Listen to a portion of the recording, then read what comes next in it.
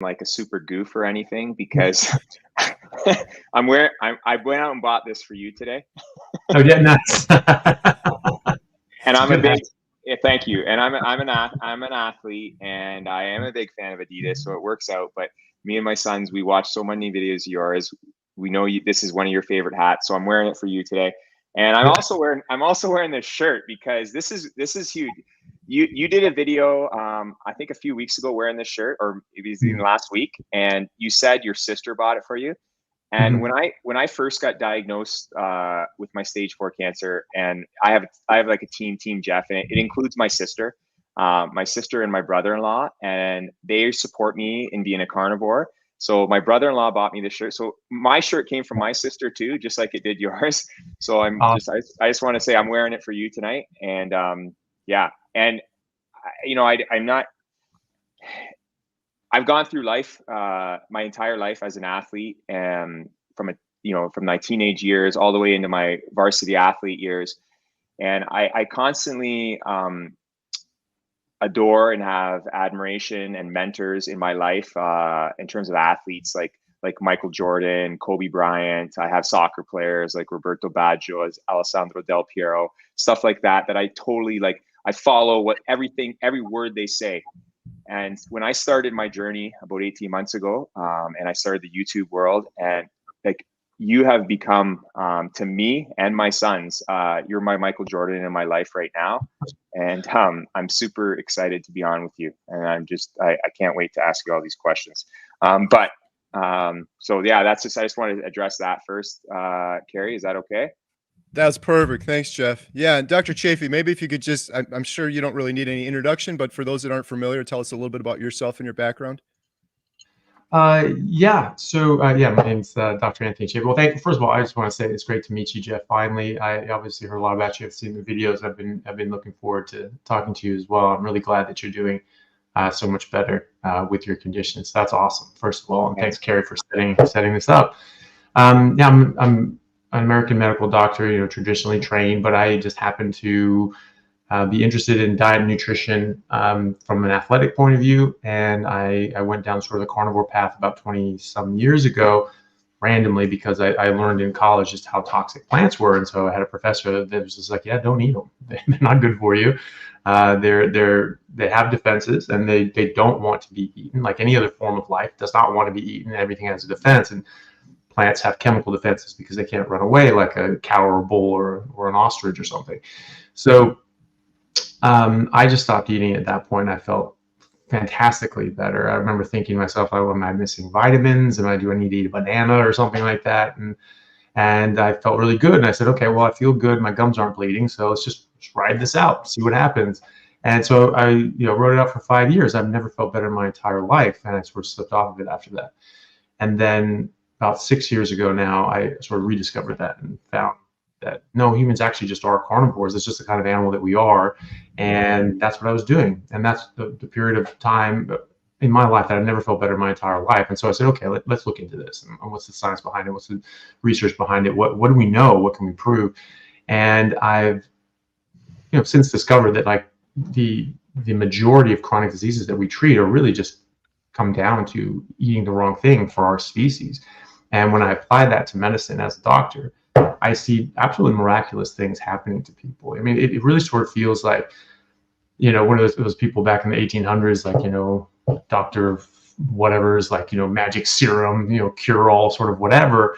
But this does actually seem to help a lot of people. And when you delve into the biochemistry and the physiology, it makes sense why that is. And it's really interesting why that is. And so I've just been doing that more and more and applying that to my patient population when and where it's appropriate. And I've just seen an absolutely amazing thing. I've seen diseases that were heretofore thought to be, maybe still thought to be in the mainstream, completely uncurable. That this cannot be eradicated. It just has to be managed. And so we're in the medicine is a disease management model now, as opposed to curing disease and getting people well. It's now just everyone's got diseases, everyone's going to have diseases, and we just sort of manage them as best we can until people just finally just give up and die. And that is not how humans are supposed to live. That's not how the medical system is supposed to work. And so I've just been trying to get this information out there so that people can take control of their own health again and not just manage their illnesses until they die, but get well and be healthy and actually have a nice, wonderful, happy, productive life. That's great. Yeah, in terms of carnivore healing people across so many different diseases and ailments and things like that, I found it to be incredible too. That's why we're doing the documentary, but the whole cancer part of it has really come to the forefront after I met Jeff and started talking to him more. I always thought cancer was just something we don't know why. It's genetics, it's this or that. And then Jeff put me on to Professor Seyfried. And in fact, I watched your video, Dr. Chaffee, you did with him, as well as many others. And then I started learning more about cancer as a metabolic disease. And I'd never really heard that before. I'm hearing a lot more on Carnivore about metabolic health as well. My whole life, I've been scared of cholesterol and meat, but I've never heard anything about metabolic health. And it seems to me it's much more important than anything I've ever worried about before. Would you be able to tell us maybe a little bit more about cancer as a metabolic disease and what that means and why it's important? Yeah, absolutely. So this, again, comes back to our body's not working properly when you're putting in the wrong input. So there are a lot of things that we can eat or do. We have different genes like Tay-Sachs disease that increase your risk for cancer. These damage the mitochondria. We have different carcinogens in either industrial chemicals or environmental toxins or foods that we eat. The different plant toxins, some of these damage the mitochondria. You have linoleic acid, omega-6s, which you need. It's an essential nutrient, but in very small doses. After you exceed that, it starts damaging the mitochondria and other things. It does other things as well. And all of these things obviously do other things. They don't only damage the mitochondria, but the commonality between these carcinogens is that they damage the mitochondria. And the commonality between cancers and many metabolic issues like schizophrenia, even, Professor Chris Palmer at Harvard showed that you can improve or put into remission serious mental health issues like schizophrenia, major depression, anxiety, bipolar, OCD, even ADHD, and improve autism by putting people on ketogenic carnivore diets and improving their metabolic system and function and mitochondria. So from a cancer perspective, it's very important because a common trait or pretty much a universal trait in cancer cells is that the mitochondria are damaged. And that's a hallmark of cancer, is that their mitochondria don't work properly. So they have to go to alternate forms of energy production. So it's substrate level phosphorylation. So you're getting glucose and also glutamine. That's another fuel source for cancer cells, is glutamine, and that can be phosphorylated in the substrate, in the cytoplasm, without the mitochondria, but it's pretty inefficient. And since cancer cells have a very high metabolic demand and they're inefficient at making energy, they have a massive increased demand for these nutrients. So they need about 400 times the amount of glucose as normal cells. And they can't run on ketones, which your normal cells can. And that's just a hallmark of the mitochondria being damaged. Another reason that this is important for cancer in particular is because people, maybe they've taken biology to whatever degree.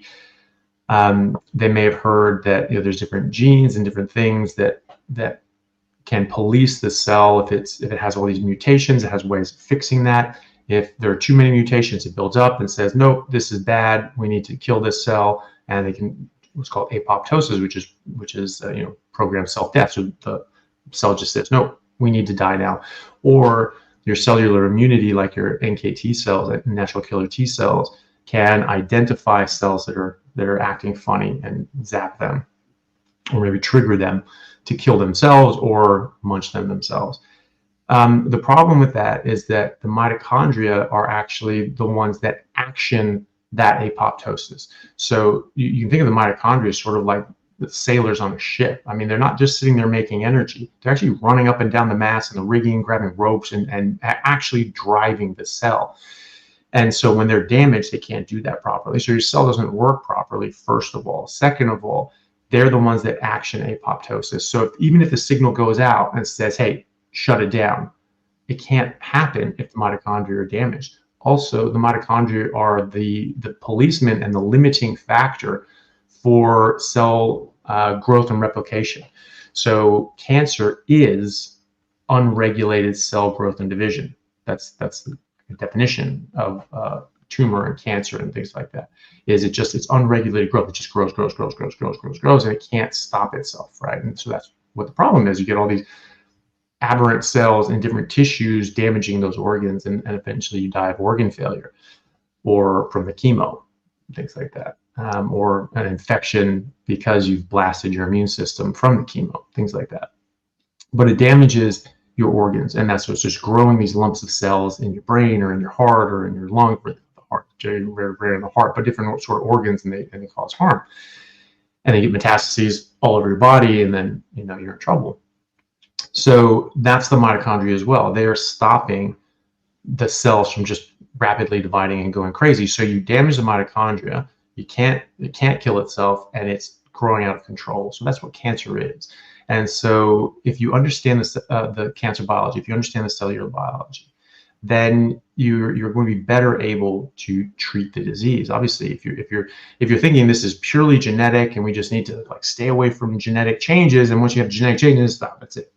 We just have to use chemo or radiation or something like that to just damage the DNA enough that it cannot keep going. Sure, that does work. I mean, we do have chemo and radiation therapies that do put people into remission. Some cancers very successfully so, and others not so much. But I think the reason that we have such middling to poor results with most cancers is because we're not addressing the root cause. We're thinking this is a genetic issue only, and in fact, it's a metabolic mitochondrial disorder. And so if you address it from that point of view, you will have a better shot at fixing this. And this is why just simple dietary methods that Professor Seyfried has pointed out with his ketogenic metabolic therapy, where you're just starving the cell of energy, can be successful, and at least an adjunct to standard of care. Because we've seen in studies in 2019 and 2020 that people on a ketogenic diet in a state of ketosis or fasting, as they go through chemo and radiation, have better outcomes with chemo and radiation. So it sensitizes the cancer cells to the chemo and radiation, so you get better effect there, and it also protects your cells, your native cells, from the chemo and radiation. So you get through it safer, and it is more effective on the cancer, which is great. Ketogenic metabolic therapy addresses that metabolic root cause, and since they need 400 times the amount of glucose, pretty easy to say, don't feed it glucose, right? So we know this as doctors. We've known this for 100 years, actually. It's called the Warburg effect, from Nobel Prize winner Otto Warburg, who did 50, 60 years of research on this before he passed away. And this is that idea that cancer cells require 400 times the amount of glucose because they have damaged mitochondria. Now, he theorized that they had damaged mitochondria, but we didn't have electron microscopes at the time, and the naysayer said, "Oh, but there are no damaged mitochondria." So there goes that. It was good theory, but it didn't actually turn out to be true. Bullshit. We have electron microscopes now. We can see it. It's completely gutted mitochondria. They're just destroyed, and actually a lot of cancers don't have any DNA damage or mutations at all. So what the hell is that, right? So if it's purely genetic, why don't some of them have genetic changes, and others? If you have a tumor, the different cells in there, they all have different genes, but they all display malignant tendencies, right? But they have very different genes. And something that Seyfried showed, which is QED in my book, is that he took the DNA, like the nucleus from cancer cells, put it into normal cells with normal cytoplasm and mitochondria, and they did not behave as cancer, right? So it took the nucleus from cancer cells with all the genetic changes of cancer, saying this is cancer, put it in this otherwise healthy cell, didn't behave as cancer. Took the mitochondria out of a cancer cell, put that into a normal cell with normal DNA, it did behave as cancer. And in fact, the ones with the faulty DNA, they were actually able to clone and replicate them into mice and frogs and things like that. The other ones just died off. They couldn't do anything with them. And then if you put healthy mitochondria into a cancer cell, it suppresses the cancer. So that's pretty clear evidence, from a lab sort of point of view, that this is the mechanism. This is what's going on, is that it's a metabolic mitochondrial issue. And so you address it differently. And we know as doctors that you give someone a PET scan, right? We're looking for different metastases throughout the body. How do you do that? Why do you see different points in the body light up or not? It's because we give them an injection of radio-labeled glucose, and you see what sucks up the majority of that glucose, right? And there are parts of your brain that will suck that up too, and that's normal. But then you get these hot spots even in your brain or in other parts of your body, and you say like, look, that's not normal. And so that they're sucking up tons and tons and tons of energy in the form of glucose. So obviously we know that is a thing. Now, one thing that Otto Warburg didn't know was that they also can run on glutamine, and that's something that Professor Seyfried showed and his team showed later on. And that, together with Otto Warburg's work, really, puts sort of a much stronger case together on this, because that was sort of the missing link that Warburg didn't know about, but now it very, very well describes what's going on. And then the treatments work as well. There are studies in humans with ketogenic metabolic therapy, quite a lot.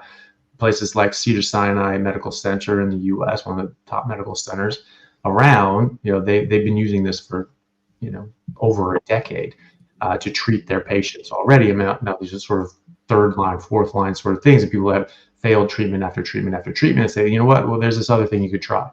And then they do it, and they actually have better success with that than they had with all the chemo and radiation in many cases. And they've published case reports and published case series. And now they're doing phase 2 trials with, trying to get nearly 200 people with glioblastoma brain cancer, showing this. But the human trials are coming. There's some with, like triple negative breast cancer and colon cancer and all these other sorts of cancers that have had shown success. Other things with brain cancer is still coming along, but there's a lot with animal models as well. And there was one. The thing is that GBM, and this perfectly illustrates Seyfried's theory, is that GBM take up about 75 or get about 75% of their energy from glutamine, and so only 25% from keto. So or from glucose. So even on a ketogenic diet, it's not going to have necessarily as much effect, because you're still getting the lion's share of their energy from glutamine, which is ubiquitous. I mean, it's in every protein, it's in plants and animals, and we make it, so it's hard to sort of avoid. But there are medications that can interfere with glutamine metabolism. So they're using these in preclinical trials with mice, and something called DON, D-O-N, which is sort of an abbreviation for a long chemical name. And they had four groups there of mice. One mouse group or rat group was given just chow, like just the normal feed that they give these mice in the lab. And one was given calorie-restricted ketogenic diet, and one was given DON, and one was given both DON and calorie-restricted ketogenic diet. And it just stratified out exactly as you would expect if indeed, Seyfried's theory was correct, which is chow group died, and they give them implanted equivalent of GBMs in their brain. And the chow group that just ate normal food died pretty soon after they started displaying symptoms. The keto group lived about twice as long as that. The DON group independently actually lived longer than the keto group, which would make sense, because that's the majority of the energy that the cancer is getting is from glutamine, right? And the group that did both calorie-restricted keto and the DON glutamine metabolism interrupter, they didn't die at all. They all survived. Every single one survived, and they did imaging of the brain, and they all had shrunk. Many of them had completely disappeared, couldn't be seen on imaging. And when they did an autopsy and looked at the brain, they found that most of them was dead. There's just clumps of dead cells. So that really is very strong evidence on a preclinical basis. Now, will that work in humans? Well, it has been. We have quite a lot of studies. There are even randomized controlled trials in humans with GBM and many other cancers as well. The GBM ones, they're smaller, sort of, 20 to 30 sort of people. So we need bigger ones. However, the preliminary clinical work and certainly the preclinical work in the lab is extremely promising. And so this just all lends itself to that theory that this is a mitochondrial metabolic disease, not a genetic disorder. Thank you. Jeff, I know you have some questions, so I'll turn it over to you. Thanks, Kerry, and thanks, Dr. Chaffee. I was just totally awestruck with your explanation there, Dr. Chaffee, and I think I'm going to have to rewatch this a few times, because I am really on my journey. I've been really trying to understand cellular biology more and more every single day. And it's kind of funny because, I'm a high school phys ed teacher, but when I first started 21 years ago, I taught half phys ed and I actually taught half grade 9 science. And part of the curriculum here in Ontario was cellular division. So I do understand like very elementary-ish biology when it comes to stuff like that, but I'm learning so much on this journey. And I have a bunch of questions here, and Kerry, I'm going to go off script a little bit here now that I've listened to Dr. Chaffee. I'm going to save that $1 million question to later. I was going to start with it, but Dr. Chaffee, I have a good friend. His name is Dwight, and he's an Indigenous fellow, and he's the one that has been directed me towards you and many other doctors. And Dwight, he's very ancestral when it comes to his diet and what he's taught me. And the one thing that he taught me is that insulin is the growth hormone. Okay, I'm trying to reduce my insulin, and I'm trying to be in the state of ketosis to starve cancer as much as possible. Could you maybe just expand a little bit on what insulin does to tumors, along with, I guess, glucose? Just sum that up. Well, I mean, insulin forces energy into all cells, right? So it's a storage hormone. It's an anabolic hormone. I mean, even bodybuilders try to use this for anabolic purposes. You're forcing. It does put protein in your cells. It also puts carbs and everything else. So when people have insulin secreting tumors, for instance, they become extremely obese very quickly because it's just everything's just getting stuffed into their fat cells. And then you have the opposite of that, which is type 1 diabetes, where your body stops making insulin. They get extremely skinny, and it's just all the fat just melts off their body, and they die at the end of that too. So that's its job. It forces energy into cells. So if you're that's going to be the case with cancer cells as well. I haven't delved too deep into the relationship between insulin and cancer cells. However, it should obviously play with that same paradigm where it's forcing energy into the cells, it's forcing energy into cancer cells. And so the higher your insulin levels, you're just promoting more energy being stuffed into those cells and glucose being stuffed into those cells as well. And also, importantly, insulin suppresses the mobilization of fat. So insulin forces energy into cells. It doesn't allow it to come out of cells. And so now you're suppressing your body's ability to make ketones. And so you're going to be stuffing a whole bunch of energy and glucose into cells. And you're going to be, your blood sugar is going to be dropping. You're going to be feeling miserable. You're going to have to eat more carbohydrates as well, which is then just sort of fueling that. So you're just going to keep stuffing more and more and more and more and more glucose and fuel for that cancer into your body, which is a really big negative. And so it just sort of perpetuates, that cycle of just pumping more. You're just pouring gas on the fire over and over again. So I mean, that keeping your insulin levels down is actually very important in that sort of paradigm. It just goes hand in hand with that, because what CPRIT has shown is that if you get your GKI, which is your glucose ketone index, as low as possible, that gives the best outcomes in animal models and human case studies, case reports, case series, and the small trials that we have on like GPMs in particular. And so that's that's something where you need your glucose, or your blood glucose levels lower and your ketone levels higher. Insulin will sort of, yes, put your glucose levels down, but also put your ketone levels down. And because your ketones are low and your glucose is low, then you're going to have to eat more glucose because you need to have some energy, or you're going to have a problem. So it ends up having these blood sugar spikes. And so in fact, your average GKI actually goes up, right? Because even though you're having insulin, which will drive your blood sugar down, you get too low and you have to like feed it again. So you end up getting these glucose insulin spikes. You keep getting that, and your ketones stay very suppressed. And so your GKI stays high, which is not what you want.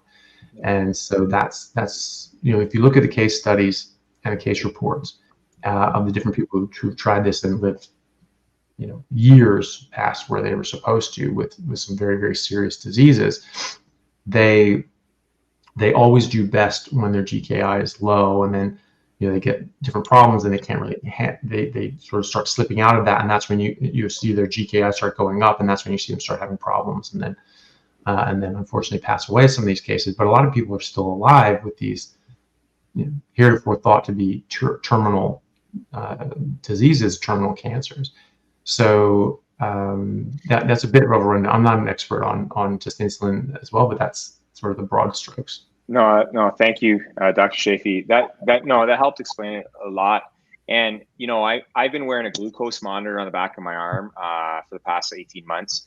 But thanks to Kerry, because in Canada we don't have the Keto Mojo. So Kerry sent me the Keto Mojo, and I've started now that that GKI ratio that you speak of, that Seafried created, I'm starting now to monitor it and understand that I want to get that GKI as low as possible. So I think my next step is I got to get my fasting insulin test done more frequently. And I'm working on that because my naturopath doctor, he knows I want to attack it like a metabolic disease. So I'm trying to corner it as much as possible from that aspect. My next question is, again, this is going to be a Dwight-based question, because Dwight's the one that introduced me to the carnivore diet, and he did so because he knew I needed to keep my vitamins and minerals optimal, especially with going through chemo and cancer, and having that. And because our species, and you mentioned this many times, we're lacking digesting the fiber. So we're lacking in terms of getting the vitamin and minerals in all the time. So my question to you is, Dwight has put me on this ancestral type of diet, I guess, for a certain reason. And I guess this can lead into my $1 million question towards you that I was going to ask you at the beginning, Dr. Chaffee. If you had what I had, and I seen you did a 4-minute video a couple weeks ago on this, so I just want to reiterate it. If you had stage 4 colon cancer, which I have, which I don't think I've mentioned, Kerry, I went off topic that I have stage 4 colon cancer. It's fully metastasized to the liver. My liver is fully covered. I'm inoperable. I'm incurable. They've classified me as terminally ill. What type of diet would you do if you had exactly what I had? I would eat absolutely nothing else except fatty red meat, probably 2 to 1 grams of fat to protein. I would absolutely not eat anything else. I would get grass-fed and finished if I could, and I would daily, probably twice daily, check my blood ketones and blood glucose, and keep my GKI level at least below 2, and endeavor to get below 1 if possible. And you can do that with a combination of diet and fasting. So if just eating that way wasn't enough, and there was a lot of these studies that Seafried has done shows that calorie restrictive ketogenic diets do work the best. And so I would restrict what I was eating. Maybe I wouldn't eat until I wanted, just didn't taste good anymore, like I normally advise people to do, like I normally do myself. I would see what that was doing to my GKI, and I would eat the amount that kept my GKI low, below 2, and hopefully below 1. And if that wasn't enough, I would have periods of fasting. One of the benefits of fasting is your ketones tend to go up. and your glucose stays very nice and low. So your GKI goes low, and you can very easily keep your GKI under 1 on a carnivore diet with intermittent periods of fasting. But also what it's doing is you're not bringing in any glutamine either, right? And so glutamine has a role to play, and it depends on your cancer as well. So if like I had a GBM, I'd be very on top of that, because I would want to severely limit the amount of glutamine that was around. And it's going to be in any protein source, but it does exist in meat as well. But so if you just sort of limit that, and I don't have any proof of that. It's just me sort of thinking out loud of like, well, maybe that would be good. Just having these periods where I'm not bringing in any glucose, but I'm also not bringing in any glutamine. I'm making glucose, I'm making glutamine. However, there's not more coming in. And so maybe those periods might be beneficial. And so fasting however long I needed to keep my average GKI down below 1, that would be what I would do, is from a diet point of view. And then if it was something like a GBM, I might look into what other sort of medications that might interfere with glutamine. And if I could get my hands on DAWN, I'd probably take it. But that's not licensed for these sorts of cancers at the moment. I believe it was originally licensed for like leukemias and lymphomas or something like that. But at the moment, it's still in animal models only. We haven't been able to get human trials for it yet, but that's what I would do. Oh, Jeff, Jeff, you're not coming through. You muted or something. Is that better now? There we go. Yeah. Okay, thank goodness. And I was just saying, I was smiling there with your answer because I was really embarrassed, because the first 30 seconds when you were answering, and this is what happened. Something happened to my computer and my headphones went out, so I couldn't hear I couldn't hear the first 30 seconds. Yeah. And then I obviously got muted there. But then I clued into the end. I somehow turned my headphones back on and I got it going. So you were talking there about, obviously the carnivore diet is what you would do. That's what I caught. And fasting was huge. And thank you. I feel like I'm doing something proper now, because it's kind of it's so backwards. They say the carnivore diet, red meat, causes colon cancer. So like, I think thank you. Some of my followers, not just my followers, but even my close relatives, maybe even my friends, they're like, I don't know if they think I'm a moron or something. Like, I'm sorry to say my language there. I don't know if that's allowed, but like, I have stage 4 colon cancer. I've been doing the carnivore diet for 15 to 18 months. I'm thriving. My energy level is great. I'm fasting. So I think, thank you for supporting me on that, Dr. Chaffee. And the fasting thing is quite interesting because, yes, you talk about Seafried, and I actually just did a video right before I came on with you guys for my subscribers. I wanted it to be 5 minutes, but it ended up being 17 minutes. My son helped me do it. It was on fasting and my experience with fasting. And I mentioned certain doctors that have taught me things about fasting. I mentioned Dr. Walter Longo from Italy, who also I've been following quite a bit about fasting and the cancer patient on fasting. But you reiterate and you make me feel good when you tell me about the benefits of fasting. And I'm going to be embarking. I do a 5-day fast. My chemo's on a Wednesday. I stopped tonight, Sunday night, because I got my 33rd round of chemo coming up this Wednesday. I stopped eating tonight. I think I'm going to have a couple pork rinds with my sons after I'm off with you tonight. We had a good dinner. We had a good weekend of eating, but I stopped eating tonight and I don't eat till Friday. Now I'm going to do something different this time because I actually have a very important scan coming up the following week on a Monday. So I'm going to push it to an 8-day fast. I was talking to Seafried about it. He says there's a lot of benefits to suppressing glutamine when you get from that 7-day to 14-day fast. So I'm hoping, Dr. Chaffee, maybe you can say I'm doing the right thing here in terms of not only I'm trying to keep the inflammation down as much as possible for the CT scan, but I'm also trying to get the benefits of something like mitophagy and suppressing the glutamine as much as I can leading into that CT scan, hopefully. Yeah, no, I think that's bang on. I mean, there was a guy, Fred Everard, who I had on the podcast, and Yes. YouTube took that down. They That was said that was my first video I watched, actually, the one with Fred. Oh, really? Yeah, like 18 months ago. You did one, and Dr. Berg did one, I think, as well with him. Yeah. Yeah, correct. Yeah, and YouTube decided that didn't meet with the WHO theories on cancer, so it had to get taken down. Which is funny because it was just Fred's personal experiences with it. We weren't making any claims. It was just, this is what happened when I did this, and this happened next. And so it's very strange. But he fasted for, I think, 21 days straight. Yes. When he first got that notion to try that, and his colon cancer, he was stage 3 at that point, sort of a late stage 3, and it shrunk in half in those 21 days. So it was just right off the bat, that showed him like, okay, this can work. And so he was very diligent about that.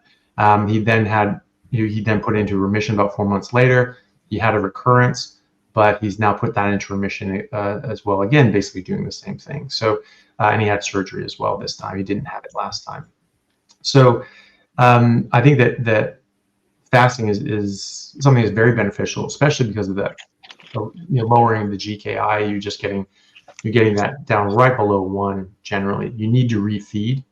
You don't want to lose too much weight. Your body needs fuel. You can't, you don't want to hurt yourself in that regard either. So, you got to sort of do what like the Genghis Khan, the Mongols did, which is, you just go around scorching the earth for 5 days and without eating, and then you just eat like 10 pounds of meat, just chunk back up, so you can run on that.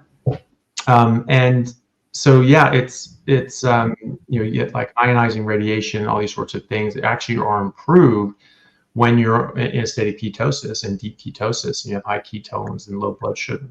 That helps you. So if you're getting a scan like a CT or X-rays aren't as bad. It depends on the one. Some X-rays have a lot more radiation than others, and so you protect yourself from this ionizing radiation when you do that as well. And the longer you go, you're just sort of fasting and not bringing anything in, you're going to lower the amount of glutamine in. You could, the other thing I was sort of thinking about was that, you could even try cooking things well done, and just, it says, I don't want to do that to a steak, but you could do that to like a slow cooked, maybe not smoking, maybe just putting in the oven, like a brisket or something like that.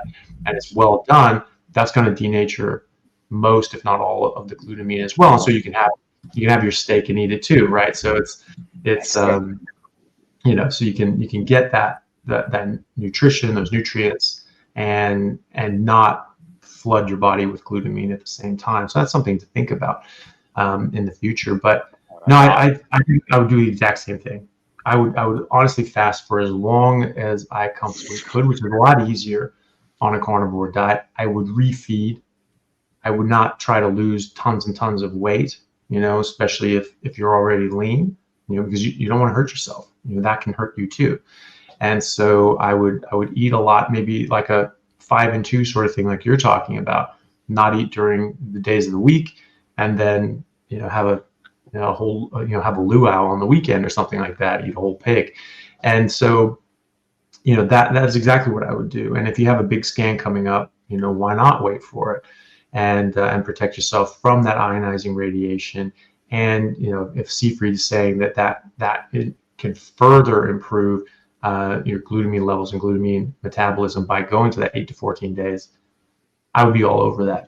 Yes. And so I would even consider, if that was what he was saying, I would probably consider doing like a 2-week fast at a time, and then eating, refeeding and getting back up to a good weight and health, and then doing it again. I don't know exactly how that would look, but I would base it on how I felt, how much weight I was losing, how much weight I could put back on, and how I was doing with it. But you sort of have to throw everything in the kitchen sink at these sort of conditions and situations. So you just sort of have to do everything that you can, and that's what I would do, I think. Yeah.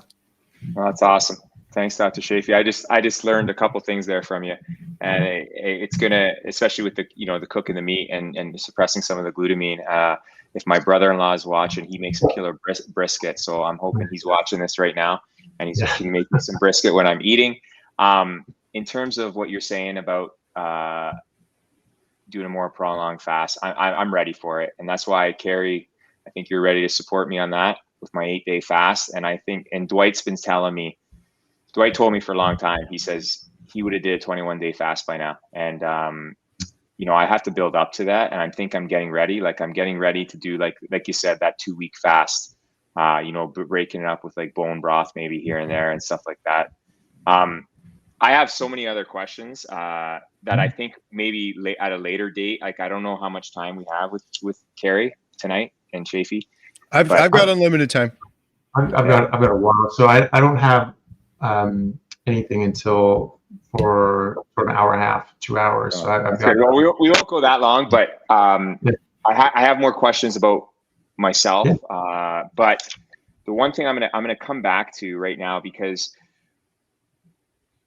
with me as a teacher, and I'm off right now, but I'm volunteering as a coach still. I've been doing that. I'm trying to get exercise as much as possible. Exercise is another thing I'm trying to do to fight cancer. And my 2 sons, Peter and Dante, working with them and raising them, as Peter is a 15-year-old and Dante is a 13-year-old, and they are both they're both athletic, very athletic. Like they both want to be a professional athlete, which is kind of cool that we're on with you, because you didn't mention earlier that you were a professional rugby player. And I think that's so amazing that you now can talk about your experience, as a carnivore and an athlete. So my question is to you, I'm going to start with just the preteen thing, the preteen, teen, adolescents, when they're growing. Is carnivore something that is beneficial? Because my 2 sons have been, especially Peter, the older one, he's been pretty strict carnivore for the past, he's been along with me, probably for the past at least 10 months, 12 months that he's joined in. He started ketogenic, obviously, and he's more strict carnivore. And same with my son, Dante. Is there some good benefits? Is there something that we need to be aware as parents, the dangers of being carnivore? Obviously, I don't want to put my kids at danger, or even when I'm talking about my experiences with youth and the kids I'm coaching, I'm not pushing anything on anybody, but I'm just talking about my success. Is there any dangers that teenagers and growing kids that you could shine on or just expand on? No, I don't think there's any dangers. There's only benefits. When we're developing, when we're growing, we have a limited window of time to grow and develop properly to our genetic potential. And so if you're not giving yourself perfect nutrition, you're not going to develop as well as you could. Now, maybe it's very close, maybe it's good enough, but is that what you want for your kids? Do you want good enough? And you as a human being, do you want, I'll be good enough? Or do you want, I want to be the best that I possibly can be. I want to be the best athlete I can possibly be. I want to be as tall and as strong and as smart and as athletic and as fast as I can possibly be. Well, if you do want that, then you need the best nutrition that you can possibly get. And we only have one chance at development. None of us developed to our genetic potential, unfortunately. Our mothers weren't carnivores, preconception, during pregnancy and breastfeeding. We weren't raised as such. There are people that are doing that now, and the kids are sort of off the growth charts and developmental charts.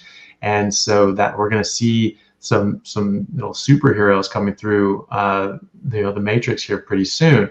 And which is why I sort of think I need to start having kids more or less soon, because if this trend catches on, then they're just going to be, in the mix with them. Well, right now you have, kids that are developing to their potential. They're going to be 6 inches taller, 50 pounds heavier, and half a second off their 40 time, So it's you want to get in on that now when there's a massive disparity, when other kids are just growing up normally, right?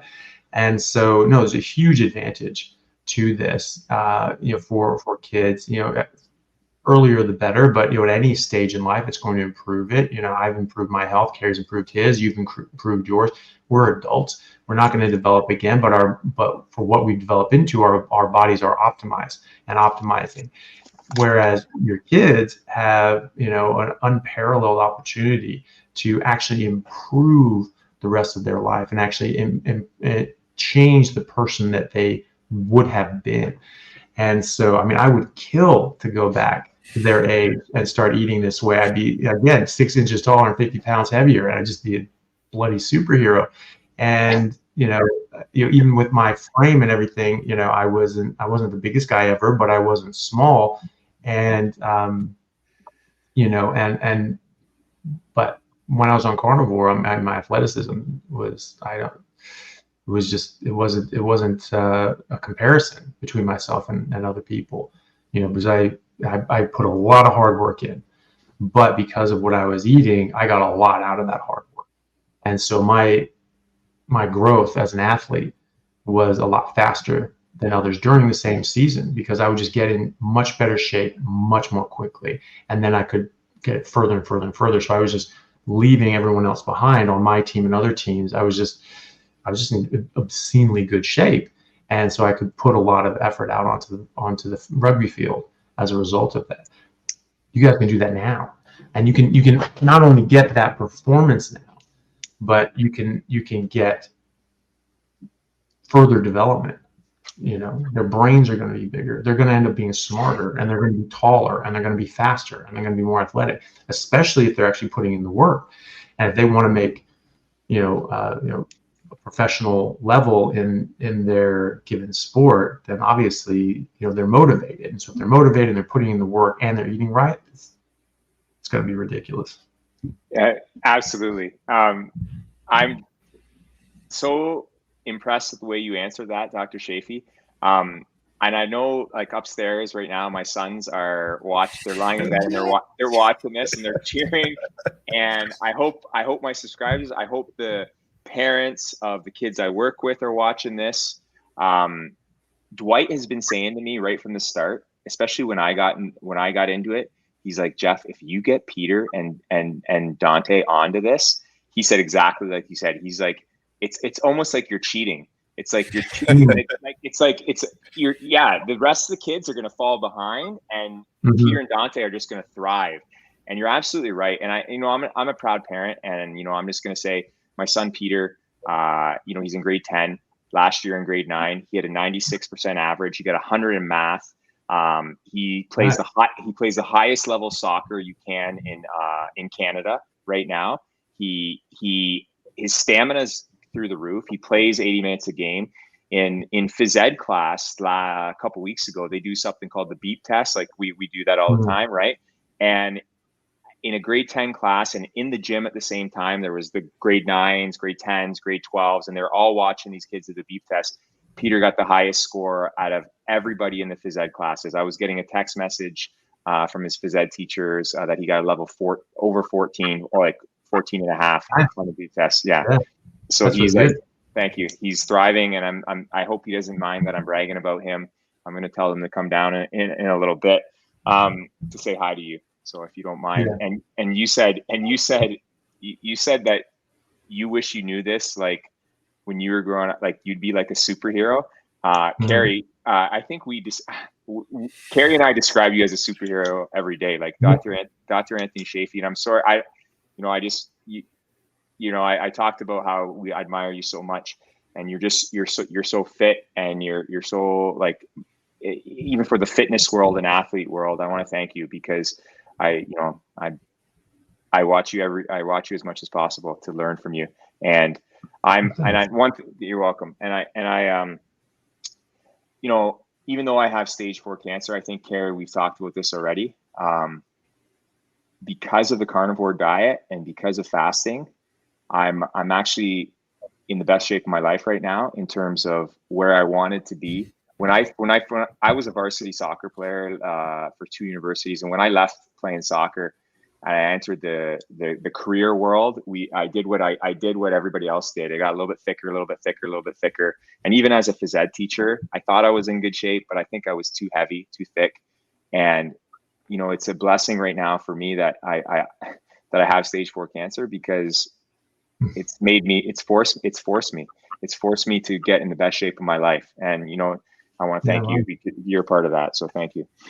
Well, you're welcome. And I'm really glad that you're doing so well. And I'm glad then as an extension, you know, helping your family as well, because that's amazing. You know, you mentioned that this is sort of like cheating. It really almost is, because it actually improves your hormones in your body so much to the point that other people would have to take exogenous steroids and hormones to achieve the same results. And while, you know, one person is taking in, you know, steroids and boosting their testosterone levels, this doesn't just boost testosterone levels, it boosts growth hormone and optimizes insulin, that optimizes your energy production and metabolism, and so many other hormones that go down the track. But, you know, I have spoken to many athletes, and I've had patients that I've seen this directly. So I have patients that are non-athletes, that are elderly, 60, 70 years old, that massively increase their testosterone levels as an older adult, and don't need to go on, you know, testosterone cream, or maybe they've been on testosterone cream, they feel so good on carnivore, they come off of it, and actually they get a rebounding of their testosterone. This is something that can happen. Whereas, you know, people think that if you go on TRT, if you're taking it in responsible physiological levels, it can actually rest your organs, right? And so sometimes you can actually produce more afterwards because you're sort of just giving it a break. If you're going way overboard, then you can severely suppress that. But in taking responsibility, you don't necessarily.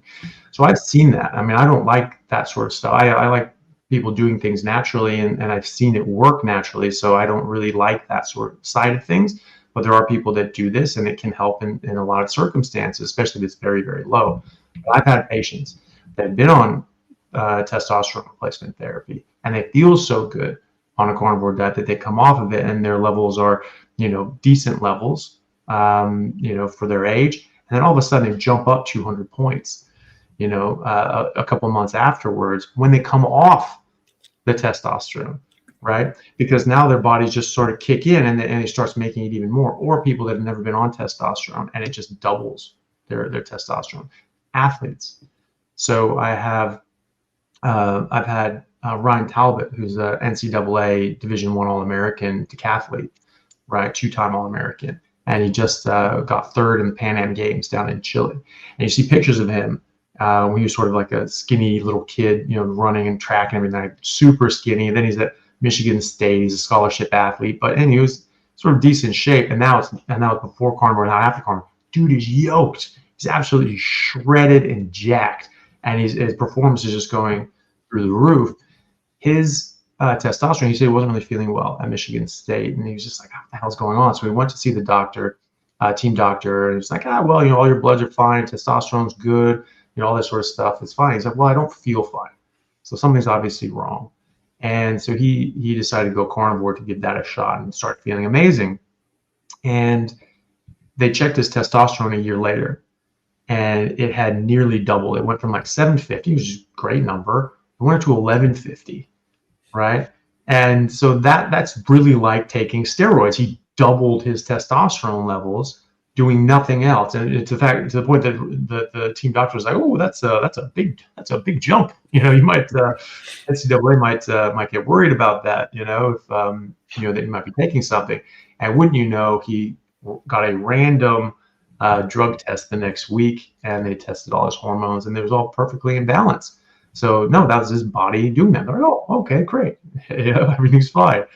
But you know, that's just, you know, that's a Division I scholarship athlete that now just doubled his testosterone. I mean, Jesus, that's going to be amazing what that's going to do to, and the growth hormone is going up, and all these other things are going up. So, you know, and there've been other people as well that, you know, doubled their testosterone levels as a top level professional athlete. You know, this guy, you know, plays rugby on for like the Houston, I think it's Houston Sabercats, and but anyway, down in Texas, and he played in his U.S. national team rugby team players, Dyer. So he, really cool guy. He had me on his podcast. He said the same thing. He said that his testosterone went from like 550 up to 1150. So his more than doubled.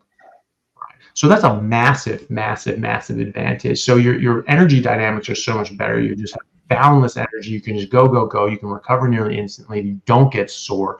And now your testosterone levels are just slam up through the roof. I mean, it's just going to kill people. It's like, it's almost not even fair, but it's something that you do see other top athletes doing now in the professional realm. There are a lot of rugby players in Australia that are doing carnivore diet.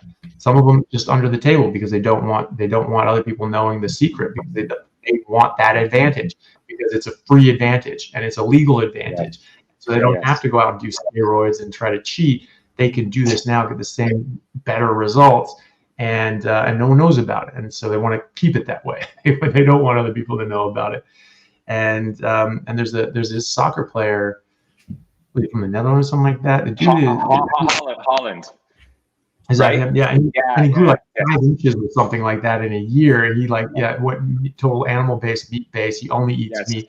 He shot up like 5 inches and became like this superstar. And he's still like 20. He's still like 23 years old right now. So he's kind of still growing. Like, it's unbelievable. Yeah, which is crazy. So that's a perfect example of that. I would say as well. Oh, I was going to say about the bleep test. We did a sort of a modified bleep test. When I went back on carnivore, I was at 38, and like 2 weeks into it, I'm like, I feel amazing. Like, I'm going out and playing rugby again. Like, this is exactly what I'm doing. I'm just going to hit somebody. And so I went out and so my team in Seattle had just gone fully professional. It was formerly in the top leagues in the U.S. and Canada, but then the Major League Rugby started, so now they're fully professional, and they won the first 2 seasons of the MLR. And so this was the beginning of the first. And so I just come back from Bangladesh. I was doing humanitarian work. I was not in any good shape. I hadn't played a full season of rugby in 3 years, and so not what you would call in my prime.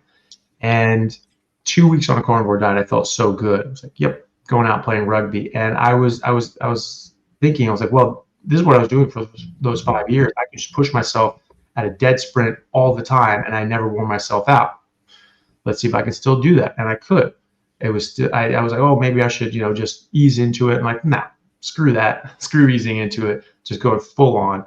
And my body responded. It was great. And I was just step for step with all these guys who had been training the whole year and were, 10, 15 years younger than me, and playing professionally, right? So I felt great.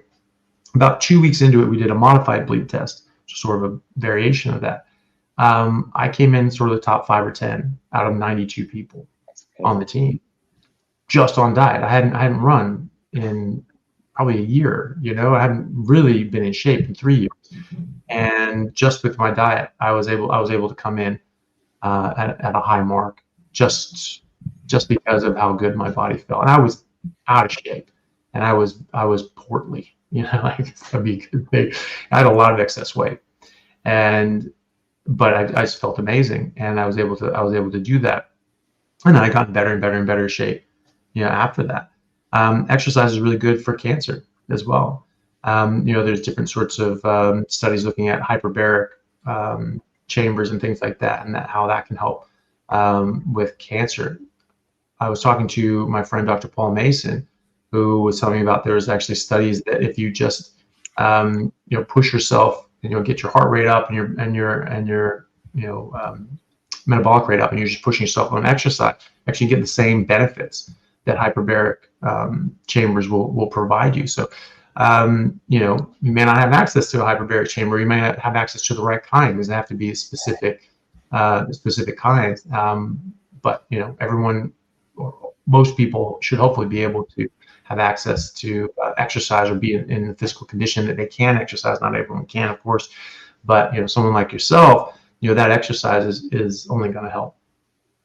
Yeah, awesome. Thanks, Dr. Chaffee. And my naturopath got me on to exercise. Dwight's got me on to exercise. I've been doing a little bit of heat and cold therapy, and Dwight's been bugging me to get the hyperbaric chamber going, right? And I just got to find the right wellness center that has one close by, and I think I'm going to be adding that, Kerry, to the regimen, right? Yeah, absolutely. Hey, I just wanted to add one thing too. So we're talking about carnivore for cancer, but Jeff mentioned this earlier, and this was just truly remarkable to me. He said he's never felt better in his entire life.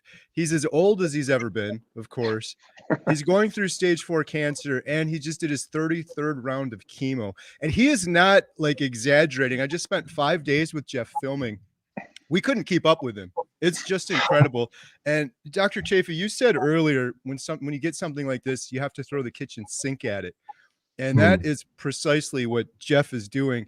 One of the things that I just, if we could just take a minute, I just wanted to show this.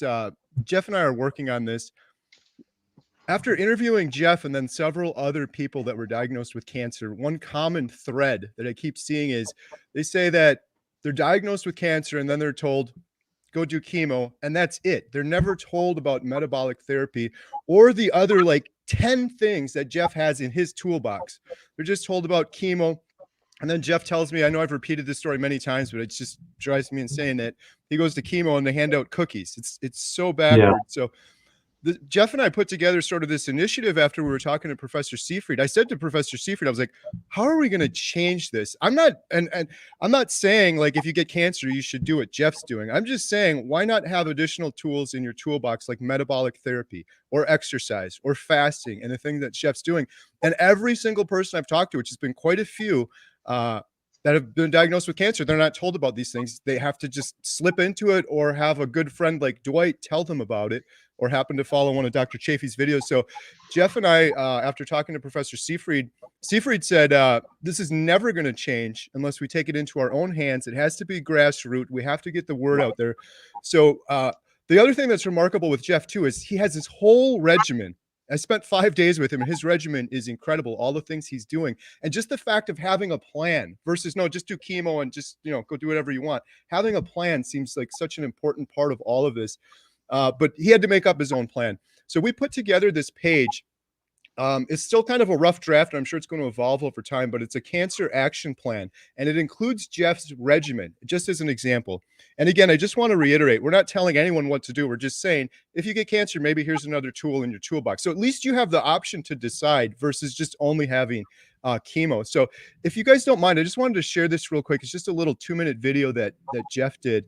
And there's a link, and just before I do that real quick, there's links in the description for Dr. Chaffee's channel and for Jeff's channel. Anyone that's watching my channel, I highly encourage you. I know I'm a broken record, but I think I'm going to say it every time we talk to Dr. Chaffee.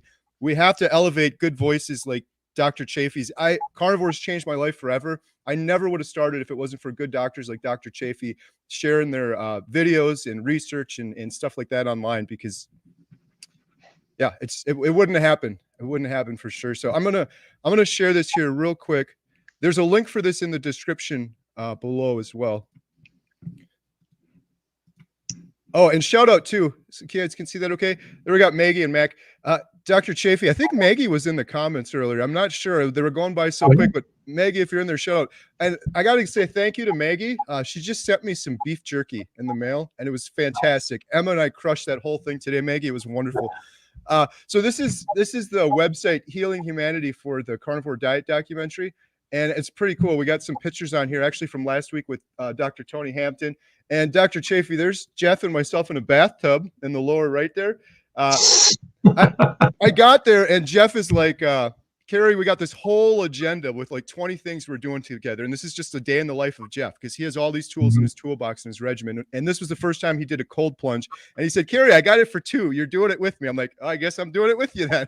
So we did a 3-minute cold plunge. And just real quick story, that picture, I texted that to my wife with no explanation whatsoever. And it was the funniest thing ever. She was like, you need to come home right now. But anyways, hey, Kerry. Yeah, I got a buddy, and I hope he's watching. His name's Joe. He's a soccer parent buddy of mine, and I had another buddy. They both were jealous that I didn't. I don't know. It's kind of weird. They were jealous that I didn't go in the tub with them. But I meet you for the first time, and I'm right in a bathtub together. Yeah. So tell them next time. All right. Yeah, so real quick, I just want to show this. So there's a link for this in the description. Jeff and I have been working on this. I'll just show you this page real quick. It's healinghumanity.movie/cancer. Huge shout out to Adam from Carnivore today for setting all this up. We filmed this video with Jeff last week. It's just a quick 2-minute video. And our goal is to get 1 million signatures for cancer change. Our goal is clear and ambitious to gather 1 million signatures from individuals who stand with us in advocating for comprehensive cancer care that includes metabolic therapies and nutrition. We just want to have the options out there. If you're diagnosed with stage 4 cancer like Jeff, here's some other options. And I think this is the only way we're going to get the word out. So this doesn't cost anything. We're just hoping to get 1 million signatures and show like how important this is. And then but besides the signatures, we have this whole cancer action plan. We have 5 steps in the plan, and then there's links out to resources, including, for example, the video that Dr. Chaffee did with Professor Seifried, several other videos and links to Professor Seifried. If you're just diagnosed with cancer, you don't know what metabolic therapy is, there's videos for that. We have an example regimen from Jeff. These are the 11 things that Jeff is doing for cancer. Besides fasting and carnivore, he's got other things he's doing. And then we've got a bunch of videos here. This is from Cancer Evolution film. We had Brad on with us with Professor Seifried, and these are all cancer thrivers and their stories of using metabolic health with cancer. And there's some incredible videos and stories there. So this page is going to grow, but we're really hoping that everyone that are watching right now, if you agree with this statement that we should have more choices if you're diagnosed with cancer, just options, more tools in the toolbox, we hope you'll sign this and share this. And here's just a quick video that Jeff did. Hi, I'm Jeff. I'm fighting stage 4 cancer. When doctors told me I was inoperable, incurable, and only had months to live, my world shattered. They pushed conventional treatment as the only path until I found metabolic therapy and created my own regimen. Learning about Professor Seifried's groundbreaking work changed everything. I learned you have to question everything. Imagine my hopelessness when after chemo, they handed out cookies, knowing full well cancer thrives on sugar. It was as if I was drowning and my trusted rescuers tossed me an anchor. Cancer doesn't have to mean hopelessness. Discovering metabolic therapy as an additional tool in my regimen revealed the power of a natural, proper human diet. It gave me strength. Chemo became more bearable. I've outlived my prognosis. My quality of life has drastically improved, and many others thriving on metabolic therapy also. Our goal is humanity. Our goal is to ensure every cancer patient is presented all the options and all the tools. This declaration is the first step. Too often, only the profitable treatments are offered. My story and the story of many others thriving on metabolic therapy are more than anecdotes. They are proof of what's possible. If you believe in a full spectrum of options for cancer treatment, not just the profitable ones, then stand with me. Sign the declaration. Raise your voice and demand that humanity returns to cancer care. Together, we can bring hope, choice, and life to everyone in this battle. The link to our declaration is below, along with our cancer action plan, including metabolic therapy resources, videos, regimens, and more. If you know anyone touched by cancer, please share this and help us reach 1 million signatures so our voices can be heard. All right. Thank you guys for letting us show that. I will put a link. There's some people in the comments asking. There's a link in the description, and I'll put one in the comments here too in case anyone has questions. So thank you. Jeff, I think you had some more questions, so I'll pass. I just, I don't want to take up too much more time. I think I have a ton of questions, like more like maybe like the pressure pulse and DONS and this and that. But I think before, because it's a school night, I kind of want to just bring, if they're listening, my son's down to meet Dr. Chaffee. I don't know if they're listening up there, if Dante and Peter could come down. In the meantime, I was just thinking, I just checked up my YouTube channel too, and there was all these questions that came up. And by the way, Kerry, I also want to say,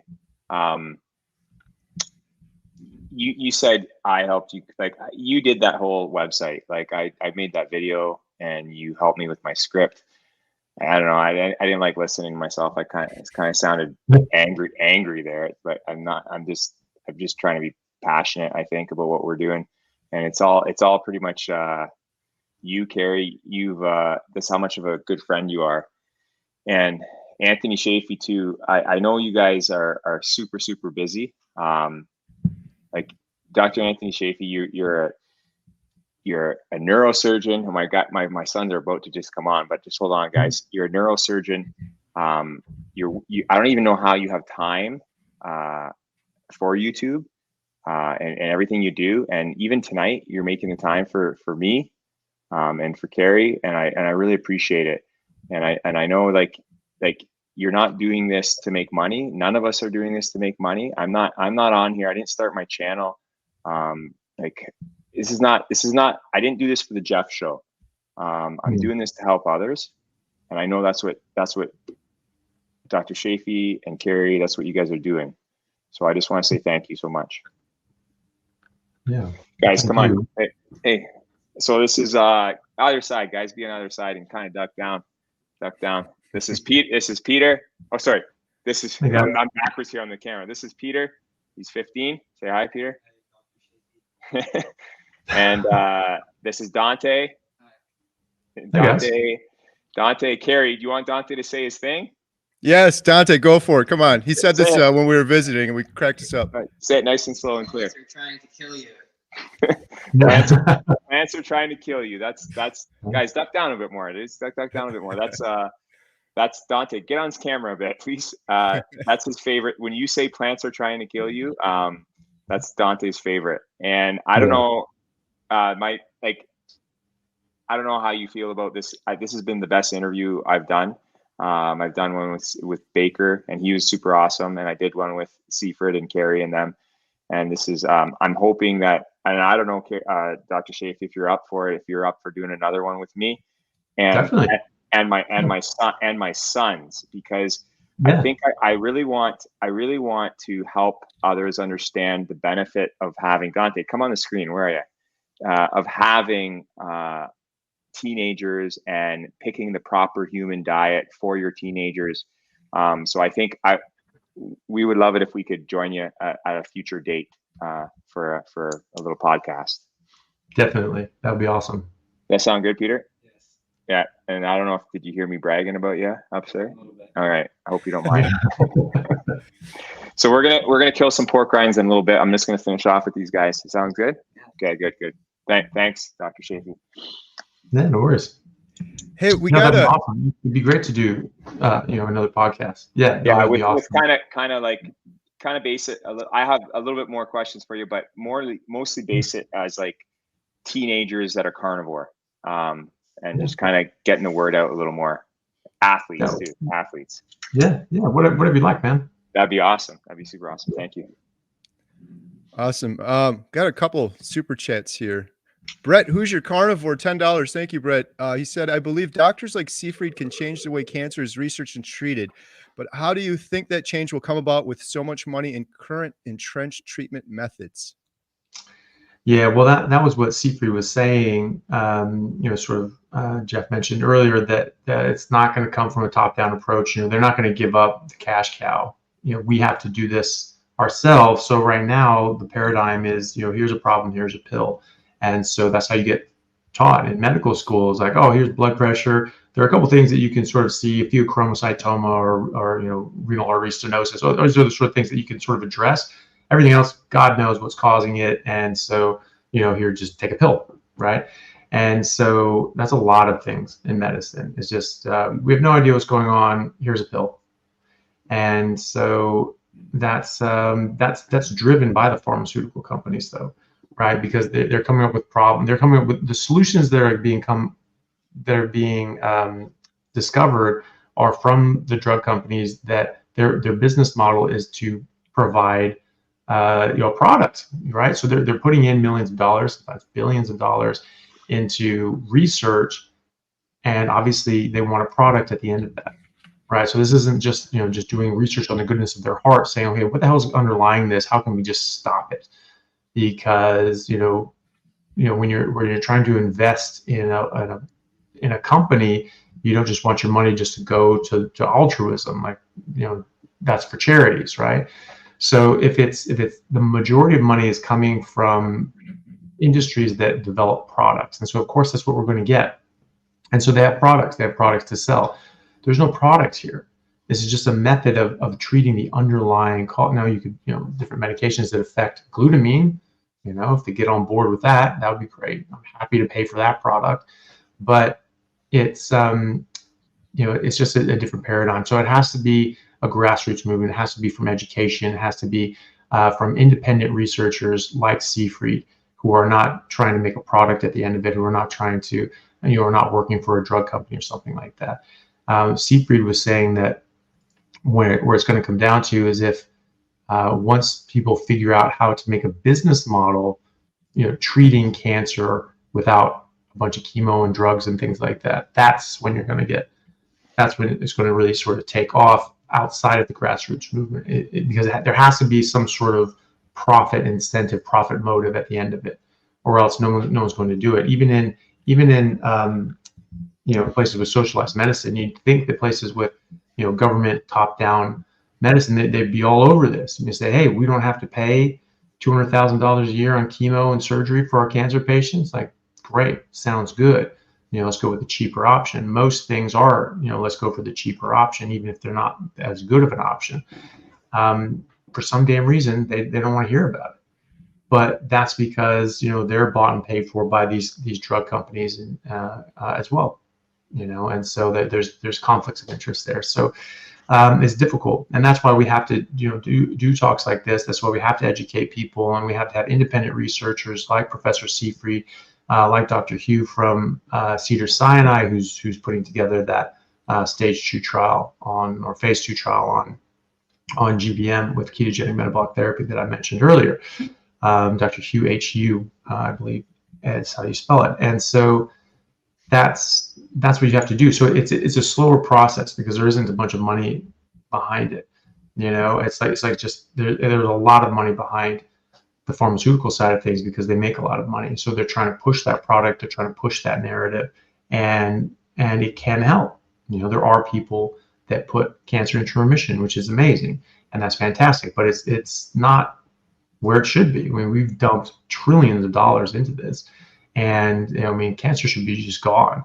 If we were putting trillions of dollars into researching what the hell is actually causing this and how to treat it from a baseline level, like Siegfried and Otto Warburg were doing, I think we'd be done by now. And as Siegfried points out, animals in the wild really don't get cancer. Whales and elephants, they don't get cancer. They're massive animals, tons of cells, lots of things can go wrong, and why don't they get cancer? One article said that, well, they have more of these transcription factors, things like that repair DNA damage. So that's what it is. But cancer isn't a problem with DNA. There's a problem with mitochondria. So what's happening though? They're eating the things they're supposed to eat. That's what's happening. And animals that don't eat what they're supposed to eat, those are the ones that get cancer, like dogs and cats and domesticated pets that aren't eating what they would normally eat in nature. So even Wilhelm Stefansson wrote a book called, I believe it was like, Is Cancer a Disease of Civilization? Because he wasn't seeing any cancer rates in the Inuit and these native populations that were just eating what they were designed to eat. It just didn't happen. Then you look at throughout the 20th century, that in the Inuit population in Canada, it was just like these 20-year segments, like these very low cancer rates. In the next 20 years, like a little bit higher, a little bit higher, a little bit higher, a little bit higher, as they became more, involved in Western society and started eating more Western food, and more people started going away from their traditional ways of eating and living, started smoking a lot more, things like that. So, that's the thing. It has to be ground up.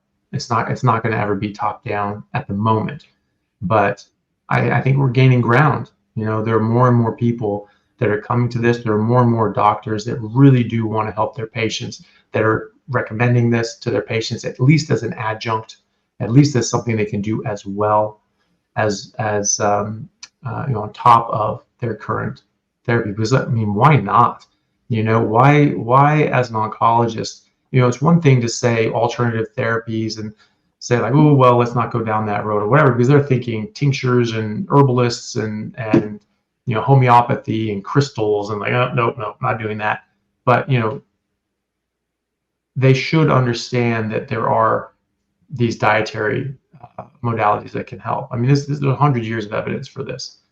And so, you know, them just saying, and a lot of oncologists just simply don't know, and you don't know what you don't know.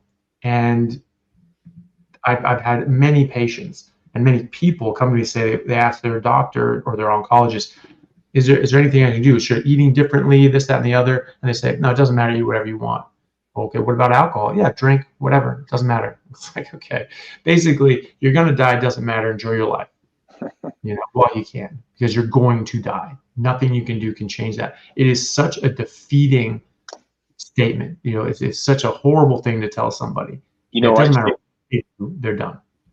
Chaffee, Dr. Chaffee, I just want to say you're totally right, and I see this with my own eyes every other Wednesday, and I listen to these cancer patients around me attached to chemo, and I hear them talking, and not all of them have the same oncologist. My oncologist is really good, but I've heard oncologists shut them down with diet, shut them down with supplements, shut them down with everything. Going to a naturopath doctor, shut everything down. And then I also hear I hear cancer patients say, hey, like this one guy, he was saying to the nurse, can my wife doesn't want me drinking beer anymore. Can you write me permission to have a beer? And she laughs and she says, you know what? Just have a beer once in a while. Like, and I'm thinking in my head, I'm like, this is so backwards. Like we're not preparing these people to live in these cancer clinics. We're just preparing them to say, okay, I have what I have. You know what? The chemo is going to maintain quality of life for so long, and just eat the way you want, and just drink alcohol, like you know, tone it down a little bit, but just drink it, because you know what, your life's almost over. It's horrible, it's terrible, it's backwards. Kerry's done many videos on how this is all backwards.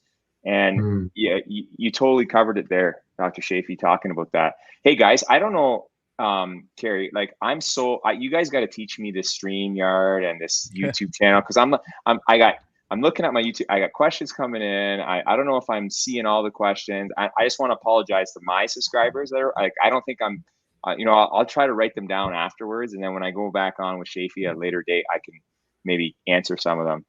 Yeah, I'm trying to cover the super chats, but there's just a ton of questions and comments coming through, so I don't know if we'll be able to get to all of the other ones. There's a couple more here. Harley for Mike, $10. Thank you so much.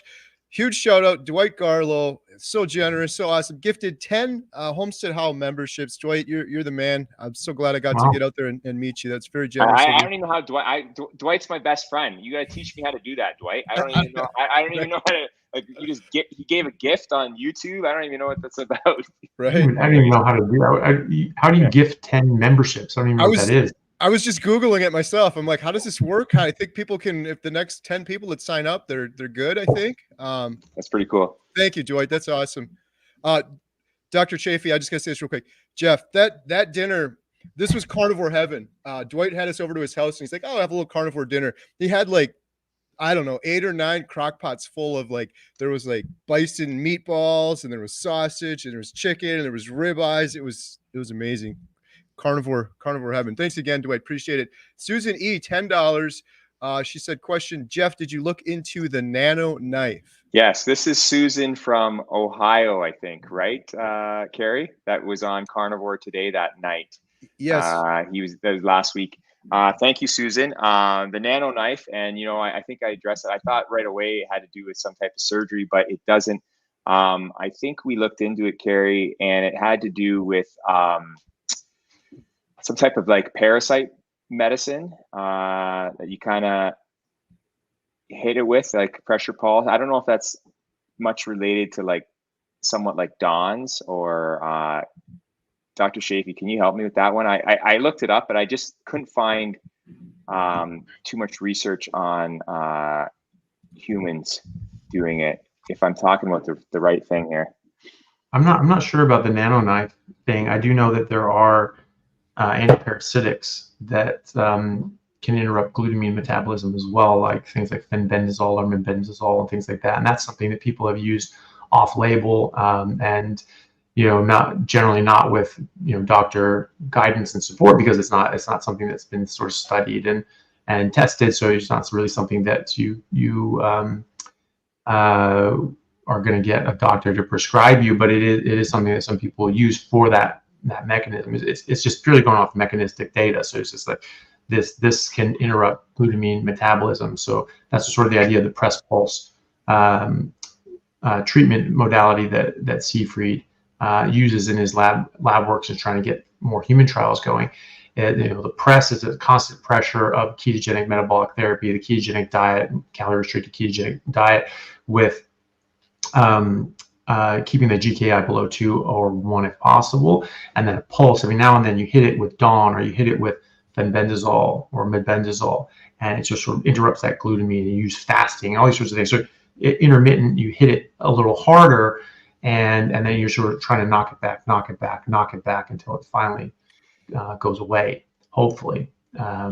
Yes, I totally agree with you, Dr. Chaffee, and I had other people asking questions about the parasite treatment, but Susan, I totally apologize. I did look it up, and I'm just refreshing my mind here.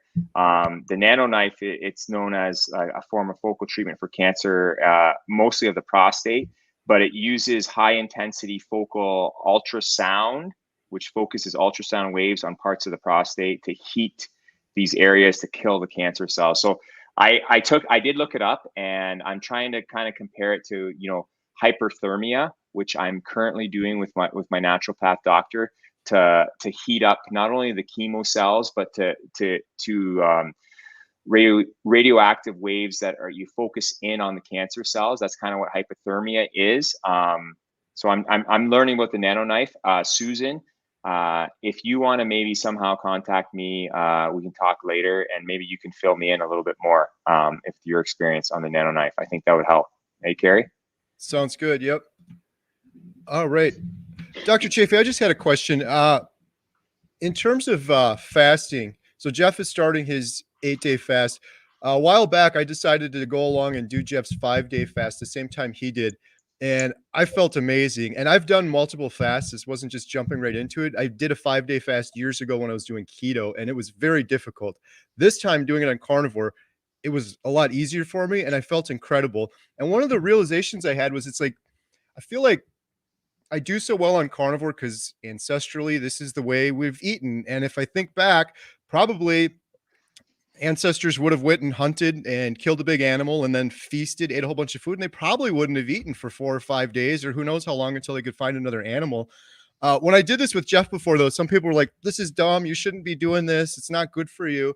And I felt so good. And I know there's autophagy and other things. Is there anything I need to be worried about? So Jeff's doing this 8-day one, and I said, I'm going to try to do this 8-day one with you now. I've done several 5-day ones in the past. If I start feeling off or weird, I'm just going to tap out and I'm not going to do it anymore. But I don't have, of course, an important reason like Jeff does to do it, but I felt so good when I did it before. So I'm thinking about doing it again. Do you have any thoughts on that? Or is there anything I need to be worried about?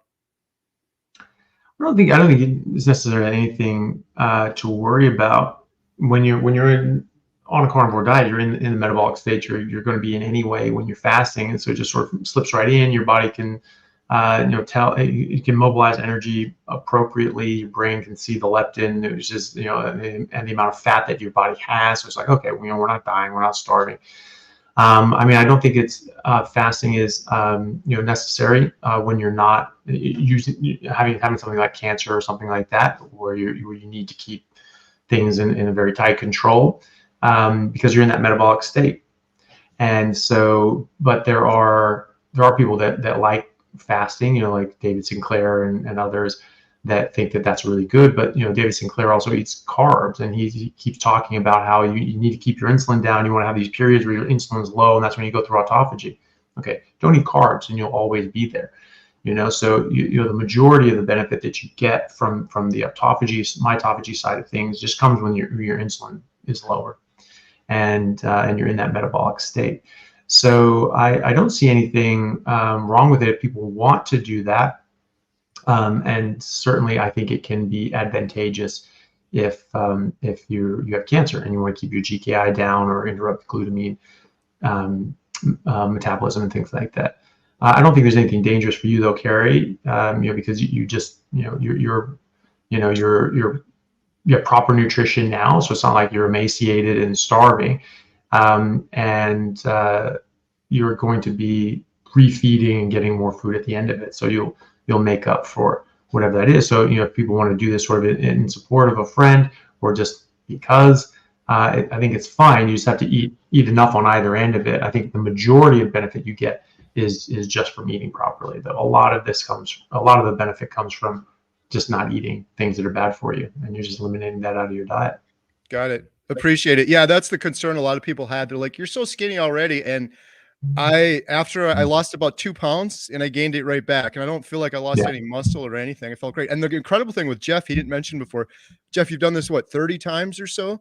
5-day fast? You can probably, I didn't start right away. I did, I just went chemo for the first 3 rounds, but then, you know what, even on my chemo break over the summer, I was doing fast. So Kerry, you know what, you're right in saying, like, I've done it about 33 times. And you're still the same weight, which is just incredible. I go into chemo. I stop eating. Oh, I'm going to introduce Mario in a second, but I stopped eating on Sunday night, and I weigh, like, maybe from an eating week, I weigh like 162, 163. And then when I go to check in at chemo, I'm like 162. And then on like the Friday, I might be down to 160, 159 maybe. But sometimes I'm not. Sometimes I don't even fluctuate in weight. Mario's just going to say hi. I'm going to pass it back to Dante. Dr. Chaffee and Kerry, I've never had a pet in my life. I grew up in an Italian household that we didn't have pets. Like, my parents in Italy had pets, like on the farm and stuff, but we just got this dog, Mario, like a month and a half ago, and he's a puppy. And I thought it was going to add stress to my life, but to be honest with you, it's lowering stress. I think it's a good thing for my mitochondria, to be honest with you. So I'm really enjoying it. I just wanted to say, introduce him to you there. And he's a carnivore dog, and I'm going to do a little video on Dr. Baker taught me that they need to be eating meat as well. So I'm going to do that later. Yeah. I found a good question here for Chaffee. I don't know if you can pull it up there, Kerry. It's from at 9:35 Beater, PA Beater, 9:35. Dr. Anthony Chaffee, you don't eat salt anymore, but you do salt the meat in the fridge. Can you find that one and pull that one up? Sure. And I just wanted to say, we Redmond fine salt, me and my sons, everything. And we do it quite often. And there's kind of also, to expand on this person's question, Dr. Chaffee, salt is something that's taken a bad rap for many, many years. And the more and more I learn about it, it's something, yeah, there it is. There's the question. It's something that even like old school coaches tell kids to, don't eat salty meats before performing, and don't. And I've almost trained my sons when they're going to a big competition to do like the shots of salt to get their sodium up before performing for their muscles, sodium and potassium. And so this question here, and Dante actually, he knows what you're doing on a day-to-day basis. For some reason, Dante follows you a little more than me, Dr. Chaffee. And he said, Dad, Chaffee doesn't have salt anymore. So he doesn't have salt. So. I've always just told people just salt to taste. That's usually enough for most people. Only about 20% of people are salt sensitive, to do with their blood pressure and things like that. But even if you're just salting to taste, even they will often be fine. And so that's what I tell people. And if you're having problems with your blood pressure, certainly, try lowering your salt. See if that's something that affects it if you are one of these salt sensitive people. But it's usually only about 1 in 5.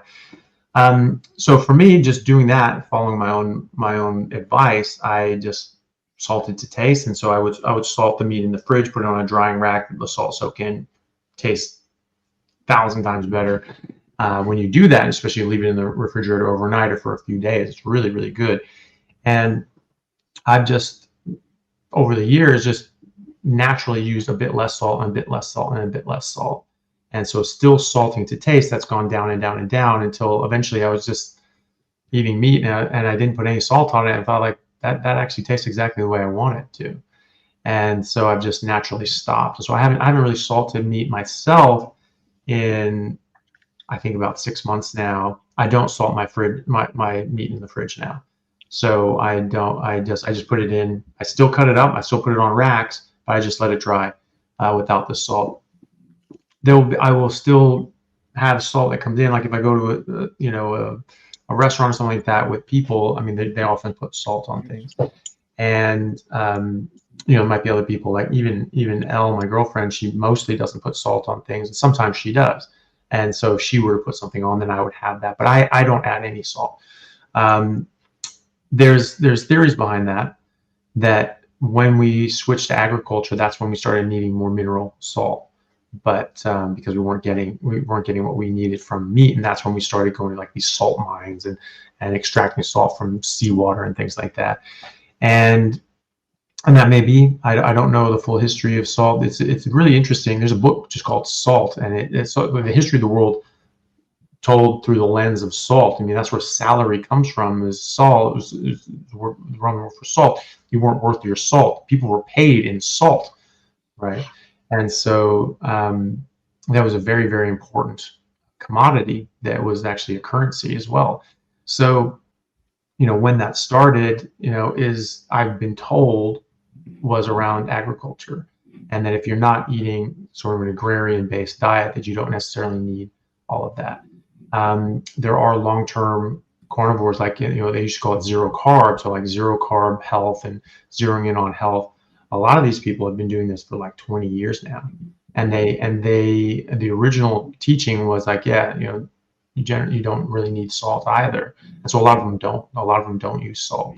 Some of them do, but a lot of them don't. So there's a guy named was it Owsley or something like that.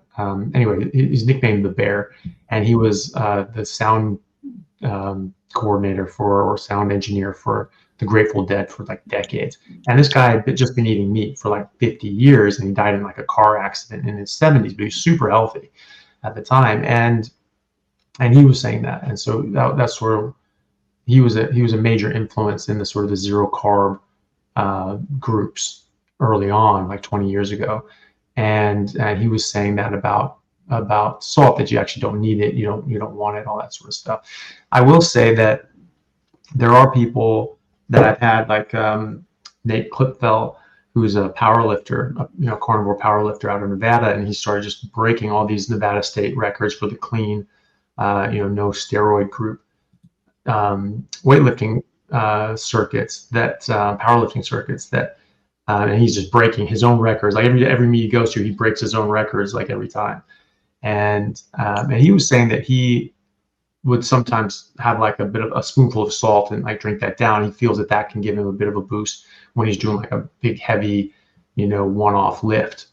So that's interesting. I mean, I don't discount it, and I think people should just go by their personal experiences. And if they feel better with a bit of salt, and that they think that's giving them better performance on the day of competition, I mean, go for it. For me, I feel great, and I don't feel I need it. I think that you need enough salt, you need enough sodium, and if you're eating salt and taking mineral salt, and maybe your body's excreting more than it would otherwise. If you're not taking it in, maybe you're excreting less, but either way, you need a right amount.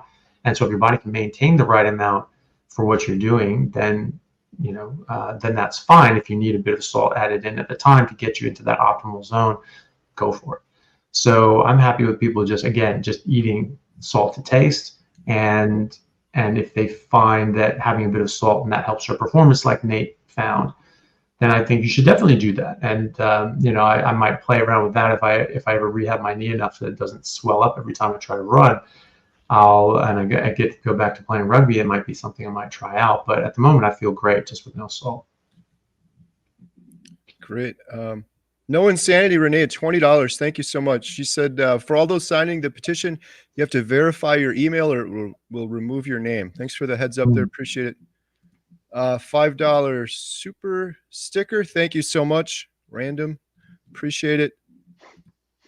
Justin, now that you're a carnivore, what are you doing with the greenhouse you built in 2015? It's full of hay. It's full of hay for the goats. Yeah, and the garden looks like a desert, the former garden. So that's funny. That's what my brother and his wife like, because they had this vegetable garden, this vegetable patch, and then so I started doing this, and they sort of know my views on that, so they changed the name of it from the vegetable patch to the poison patch. That's what they call it. Nice. You get some tomatoes from the poison patch, Yeah. That's great. Yeah. Dr. Chaffee, in terms of trying to break down Professor Seyfried's work and simplify it a little bit, is it fair to say that, like you mentioned earlier, billions and billions spent on cancer and we're hardly making a dent in it? Is it fair to say that most cancers are a result of, if we really, really simplify it, I guess chronic inflammation damages the mitochondria, the chronic inflammation being just eating these wrong foods, sugars and seed oils and poor nutrition? Is that like the majority of cancers? I think so. I mean, you have people that have a genetic predisposition for things. You can have other environmental factors that can influence this. But what you eat, what you put in your mouth every single day is one of the biggest exposures that you have. And so if you have that constant influx of negative exposure, then that's going to build up over time. And some people that will precipitate into cancer, maybe in people that are more genetically susceptible. But it may be, you get too much of these inputs and these negative inputs, and you'll just increase your likelihood of getting it. A lot of diseases are genetic predisposition and environmental trigger. People have said that your genetics loads the gun and the environment pulls the trigger. That's sort of that idea. So if you don't have that genetic risk factor, then you're not going to get that disease, even if with the environmental trigger.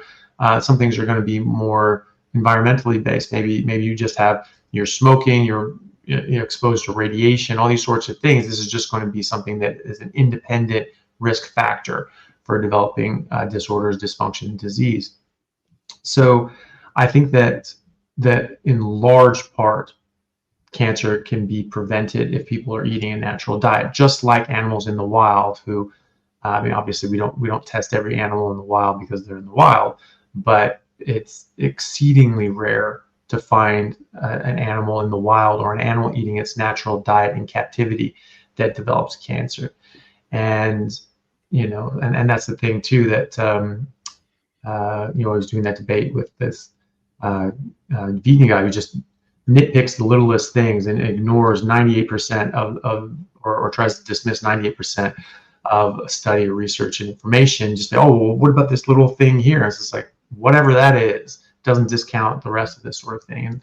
And one of the things he tried to show was that, well, look at this study with zoo animals and see, oh, look, they do get cancer, they do get these diseases. It's like, okay, what's the rate? How is that compared to animals in elsewhere? Are they eating their natural diet? Oh, presumably. The hell are you talking about? Why would you even bring this study forward if you don't even know?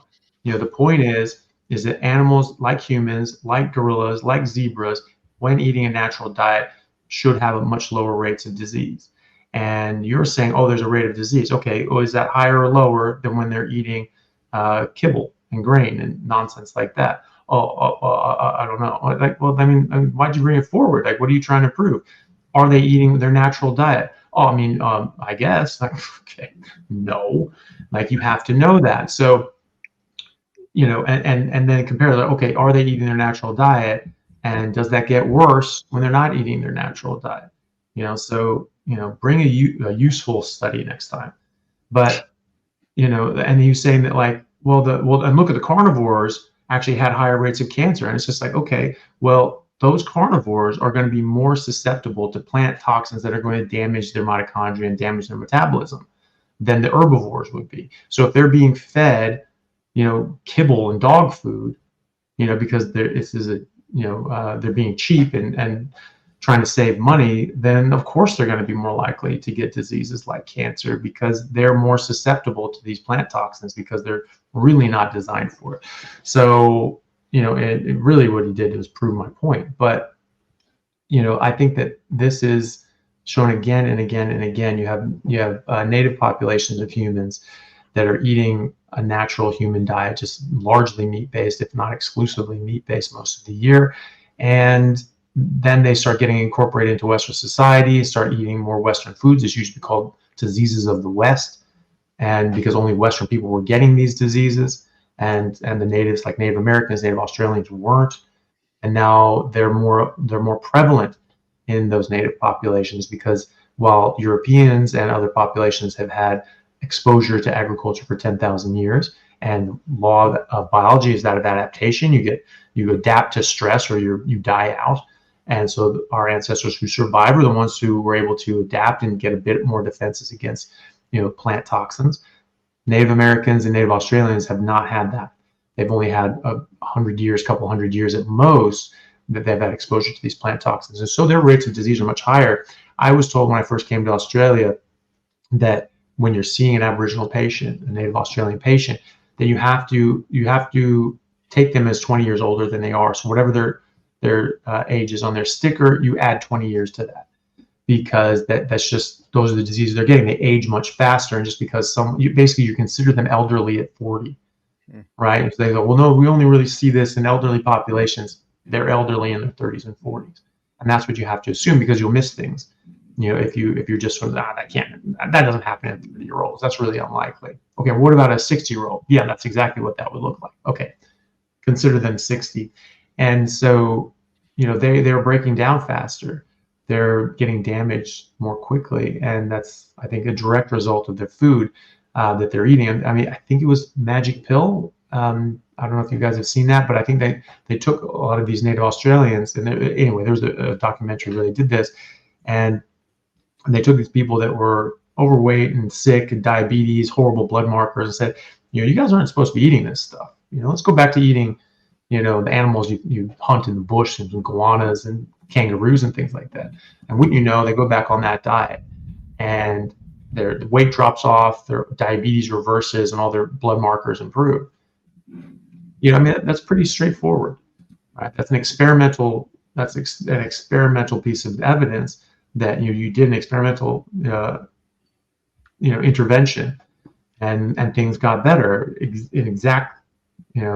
exactly contrary to the epidemiological sort of thing, saying, oh, more meat is bad, less meat's better, more plants are good. And yet you eat more meat. If meat is directly harmful, you should see the opposite happen.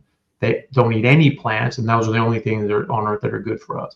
And we're eating meat, which is the only thing on earth that's bad for us. And so they should get a lot worse, a lot quicker. And yet the opposite happens. So it's wrong. As Richard Feynman said, it doesn't matter how brilliant your theory is, and it doesn't matter how smart you are. If it doesn't agree with experiment, it's wrong. And so experiment is when you, Jeff, me, Anthony, you, Kerry, say, what, I'm going to try this other thing. And you run that experiment, and lo and behold, the exact opposite thing happens. It's wrong. That's what that means. I agree with you, Dr. Chaffee. I keep saying, hey, Kerry, I'm the living test tube right now. I'm the one that has cancer. I had success, and I'm hoping to continue having success on what I'm doing. And I don't know how anybody can argue that. I'm the living test tube. Yeah, absolutely. All right, we have another question here. Hikari, can the carnivore diet, well, this is one I can answer. Can the carnivore diet help me get rid of a CPAP machine? I'm not overweight, but have had mild sleep apnea, found out while looking for heart issue. Dr. Chaffee, well, I'll just say real quick. I got off my CPAP machine on carnivore diet before I lost a pound. And I've heard this from so many people, including Dr. Jordan Peterson. When he went on Joe Rogan, he said in the first week he stopped snoring. And that really, frankly, kind of pissed me off, because I was on a CPAP machine for years and years and years. And the last sleep expert that I went to after going to a sleep study, he's like, listen, you're just overweight. You're going to have to lose about 80 pounds and then you'll stop snoring. And maybe part of that was right, but I stopped snoring before I lost a pound. And I later found out, I think it was just because inflammation, my airway, my throat, my tongue, whatever was inflamed, got rid of that inflammation real quick on carnivore and stopped snoring. And if you're using a CPAP machine, the cool thing is most of them, I think mine did, it'll tell you how many apneas or episodes you have throughout the night. So if you start carnivore, or a ketogenic diet, and you start reducing that inflammation, you can actually monitor and see how many apneas you're having over time. So I would say yes. Yeah. Oh, definitely. Yeah. I mean, we see this a lot, and so the thought is, from losing weight, is that you're just this is funny. I pointed this out before, and then people have freaked out. People like Lane Norton are like, oh my God, what are you talking about? Just basically pointing out the fact that we marble steaks and cows by giving them grains and carbs, and this forces this forces energy into the muscles, and you actually get intramuscular fat and marbling. Same thing happens with us. It's called myosteatosis. And so we see this all the time as doctors, and other people that don't look at MRIs all the time. I mean, I don't know why Lane would look at an MRI. I don't think that would be part of his normal interaction with his clients. But for people that do see this all the time, there's fat marbling, there's human marbling, it's called myosteatosis in a lot of the muscles throughout the body, and these are directly correlated with myosteatosis in the muscles of the back, for instance, of the spine, are directly correlated with back pain. And people that have sort of a surgical sort of intervention that helps the physical structures of their spine. It was presented at a conference that basically people that had myosteatosis, basically this wasn't going to help their back pain. They were much less likely to get resolution of their pain symptoms from surgery if they had myosteatosis. And if they did not have myosteatosis, they generally wouldn't. So there's interesting interactions there. So that's sort of the idea, was that you have these fatty deposits all over your body, and you're getting this fatty deposits in your soft palate and down your throat, and sort of closes off the airway. But long before you get rid of those fatty deposits, you're going to get rid of the inflammation, you get rid of the snoring and the sleep apnea in a lot of people. So that's more of an inflammatory model there. I mean, maybe you're losing some of that myosteatosis as well, some of that fatty deposits as well, but it's whatever it is very quick. And so it's much more likely to be a lot of inflammation that's going away, and that's sort of thinning that out, and then you don't have that snoring. So yeah, a lot of people are able to come off their CPAP. Not everybody, but a lot of people will significantly improve on that. Yeah. All right. Well, I really appreciate all this, Dr. Chaffee. I know we're getting to the end of the hour. Maybe just one more question if you have time. This was one I had too. I wish I asked this for Professor Seyfried. We talked about chronic inflammation, either from the foods you're eating or exposure or smoking, things like that. But what about young children developing cancer? Yeah, I mean, that's really sad, isn't it? It's almost certainly that they have a genetic predisposition, and they're going to be more susceptible to the same environmental triggers that would affect someone who's an adult like Jeff. So it's very sad. I mean, we have kids that are born with brain tumors. You know what I mean? I mean, that's devastating. But would they have had those brain tumors? Is it purely genetic, just no matter what, they were going to get that? Or they had a very strong genetic predisposition for that, and what the mom was eating influenced that? I think it would probably have to be a bit of a combination, wouldn't it? I mean, certainly the genetics play a big role there, but would the genetics load the gun, and the environment pulls the trigger? So the environment when you're in the womb is what the mom's eating, and so the mom's environment is almost certainly going to play a role in that. Maybe there are some things that are purely genetic. No matter what you're going to do, you're going to get this, maybe. But the majority of these things have both. They have an environmental. I mean, we see this in twin studies. We have identical twins with the exact same genetics, and they have the exact same genes, and some get the disease and some don't get the disease, right? So it's called penetrance. So even if you have something that's like this genetic disease and you have the gene for it, and it actually doesn't, you actually don't get the phenotype for it. You have the genotype that's in your genes, and the phenotype is the expression in your body. Do you get the disease or not? And so some of these things are like 40% penetrance, 60% penetrance. And when I was taking genetics, it was just like, yeah, we have no idea. The gene is there, but it was just, so there's something in the environment. So that's something that's been well understood for a long time, is that you have the genetic predisposition, but something in your environment is setting it off. And so even kids with cancer, they have to have some sort of strong genetic issue or a very extreme exposure some sort of medication the mom was taking, or some sort of environmental toxin that they got exposed to, which can cause cancers in kids, and that has a role to play. But there's going to be a combination, so there's going to be some genetic, but I think a lot of it is still going to be environmental. So still the same thing. You do the exact same thing. You try to optimize your health, you optimize your situation, your environment. You only put in the healthiest things you possibly can.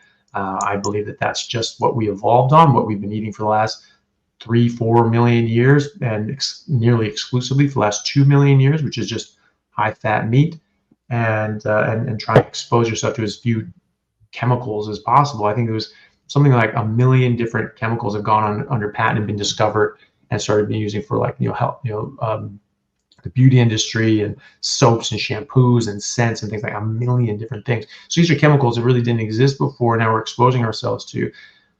You have to be a bit foolhardy to think that they're not going to have some sort of effect on your body, because our bodies are chemical factories. They interact chemically with other chemicals. And so we're just throwing in random chemicals, just hundreds of thousands of chemicals at our body, and we're thinking that they don't have an effect with us. That's wrong. And so kids getting cancer is very sad, but I still think it's very, very, very sad. And I mean, that's the field of medicine that I work in, and you never want to see that. It's just so horrible. And they're some of the strongest kids, and you see that, and they're the ones sometimes, reassuring their parents and saying, and the mom's upset and the dad's crying, and the kids saying, hey, look, it's okay, it's all right. And they're the ones reassuring their parents. It's the sweetest thing in the world, but it's also really, really hard to see any kid suffering. And so it's really, really nasty that exists at all. But I still think there's this environmental factor, and whether or not there's a genetic influence at all. And so I think that's something that you can still help prevent in your kids by you being the healthiest that you can during your pregnancy, and breastfeeding and raising those kids properly. And your example is going to set them up for their life, and this is why obesity, if your parents are obese, you have 80% chance that you're going to be obese. That's not because of genetics. That's because you learn your habits from your parents. And so if you learn healthy habits from your parents, you're more likely to be healthy as well. And so hopefully this can reduce childhood cancer rates as well, which I'm sure it will. Thank you. Well, thank you guys so much. Thank you, Dr. Chaffee, for your time. I just want to say again real quick, it's such a tragedy. There's how many people today are getting diagnosed with cancer, and they're never going to have the options of metabolic therapy and Jeff's regimen. So I appreciate everyone that's interested in signing the petition, and please share it if you agree with it. That'll really help us out. And I guess, Dr. Chaffee, Jeff, is there anything else you want to mention or close with or shout out before we wrap things up? Yeah, I just want to reiterate, I'm just totally blown away by this evening, and I thank you, Dr. Chaffee. I think we've been on for over 2 hours, and I was only I would have been happy with 10 minutes with you, to be honest with you. So thank you very much from the bottom of my heart, especially from my sons and everybody that's on Team Jeff with me right now on my journey. And I'm looking forward to hopefully that we can hook up again and get the word out a little more, spread the word, especially when it comes to our kids. I think it was appropriate that you pulled up that last question, Kerry, with the kids. We're doing this for a good reason. I think it's a blessing in disguise, the stuff that I'm going through, and I'm hoping to, like the Grassroots, continue helping out that way. And I want to apologize to a few of my subscribers and friends that I may have prematurely, Kerry, sent out the signature website before you updated and switched it over. So if anybody still wants to join in and support us in spreading the word, right, Kerry? Yeah, absolutely. I want to encourage everybody to do that. And thanks again, Dr. Chaffee. Well, you're very welcome. It was an absolute pleasure. I'm glad we finally got to meet. I was looking forward to this. I'm more than happy to. I'm always more than happy to talk about these sorts of things and just get the word out, because it's something that helps. You know, this really does help people. And so I don't want this to, you know, something that Dr. Fetke said that I've just sort of latched onto, which is, you know, once you see this, you can't unsee it. You know, once you see it's actually really helping people and reversing diseases, I mean, that's what you're supposed to do as a doctor. That is your job. It should be your ethos. It's just like, this is my purpose, is to eliminate disease as much as possible and help people and cure them when they're sick. And that's, why the hell do it otherwise? You know, make money. I can make a lot more money doing nearly anything else. And so it's something that you should be passionate about. And so I just think that it's something that I've seen it help so many people in so many ways. I literally just had a man come into my office the other day, on Saturday, actually, yeah, as I was working the weekend. And he said that his wife would come in, who I'd spoken to. She had stage 4 breast cancer and had been doing carnivore and her normal treatments for 18 months. And she's in remission now. They can't find it anywhere in her body. She had all up and down her spine and everything like that. And they were quite worried about her. And she had a tremendous response to this. So it's like, you can't unsee that, and you can't ethically, morally not say something when you have a patient come in who has cancer, and they say, "Is there anything I can do? Is there anything I can do to help this?" So many people say, "I'll just do whatever you want," and you see the look of defeat in their eyes. You know, when they say, "There's I guess there's nothing I can do." Of course, there's something you can do.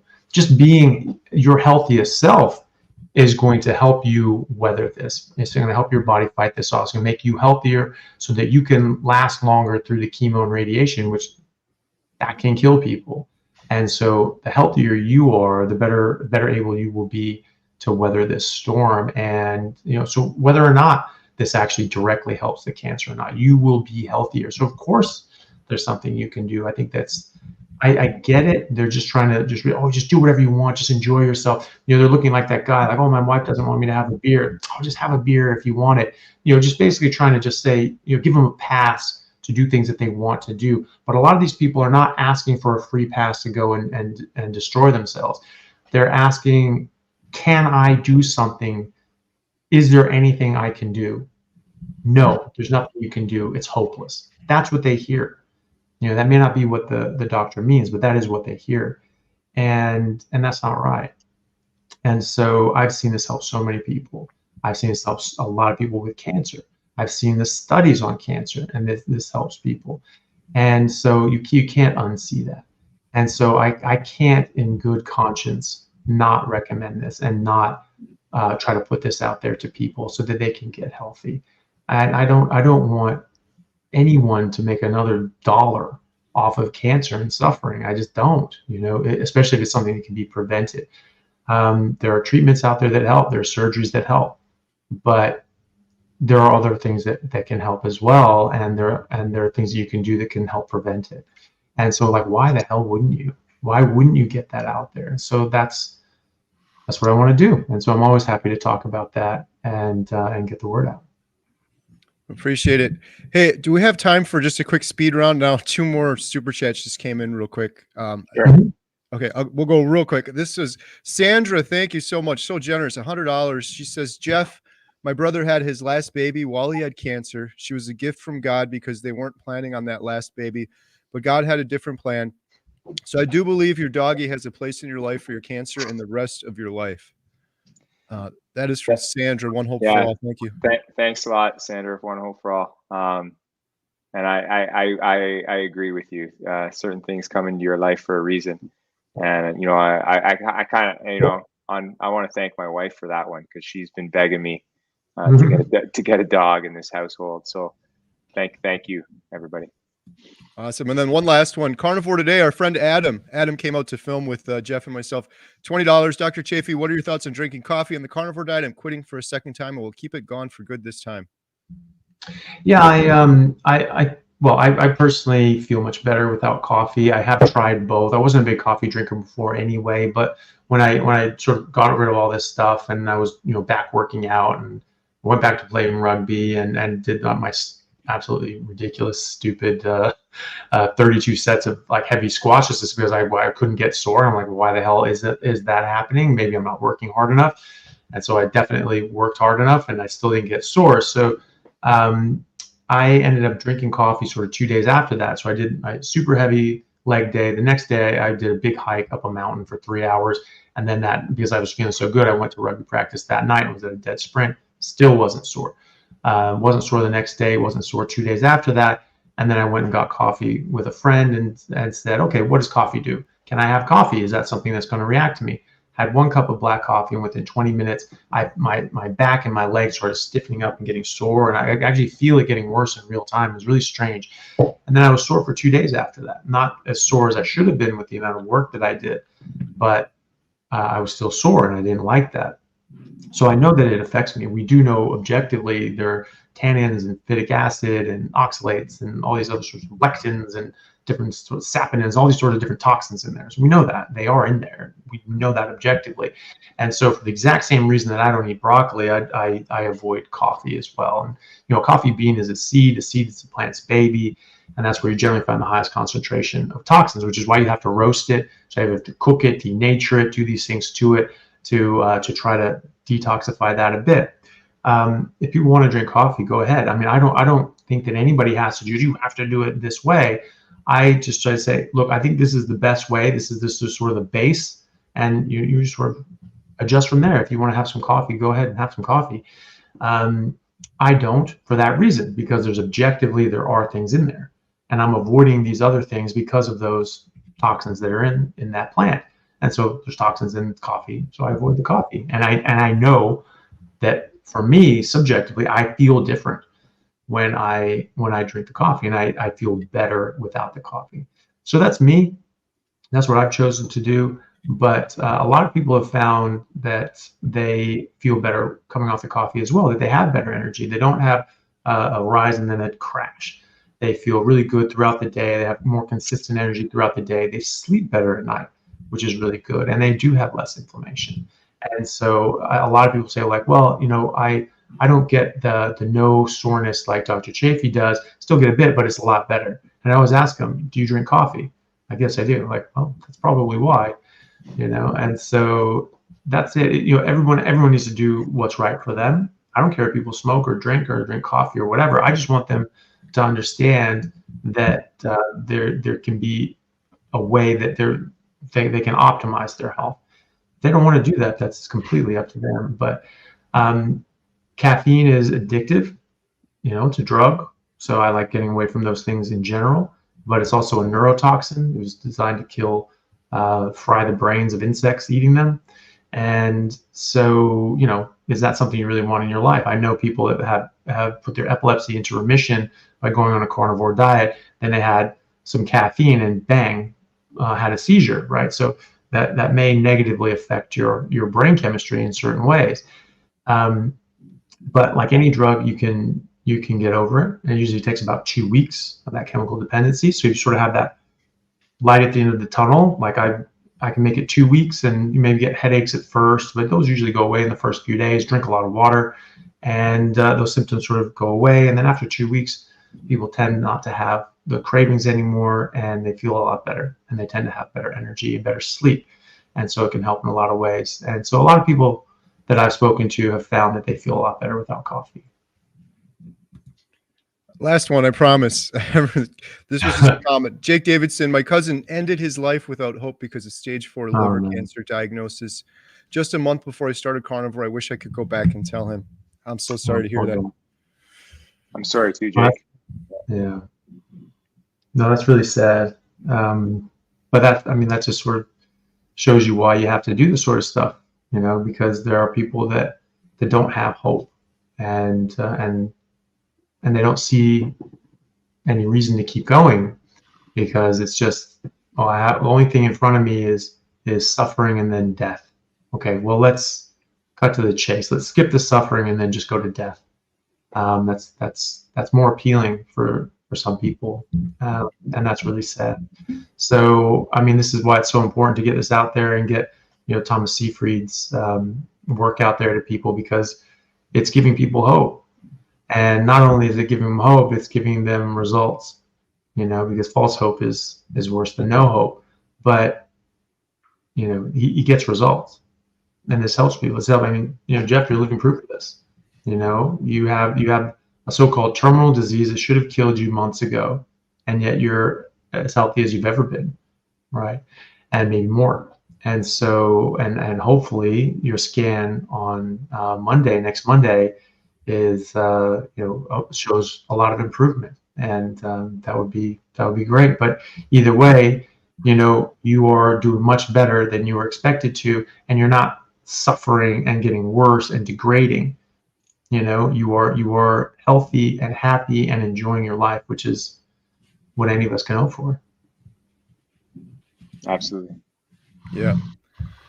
Thank you guys so much. Thank you, Dr. Chaffee. Thank you, Jeff. Blessings on my journey. Links to all the channels are in the description below. And thanks for everyone for signing up for the signatures, for the petition. Really appreciate it. And good night. Thank you. Good night, See you everyone. guys. Thanks. Thanks, everyone.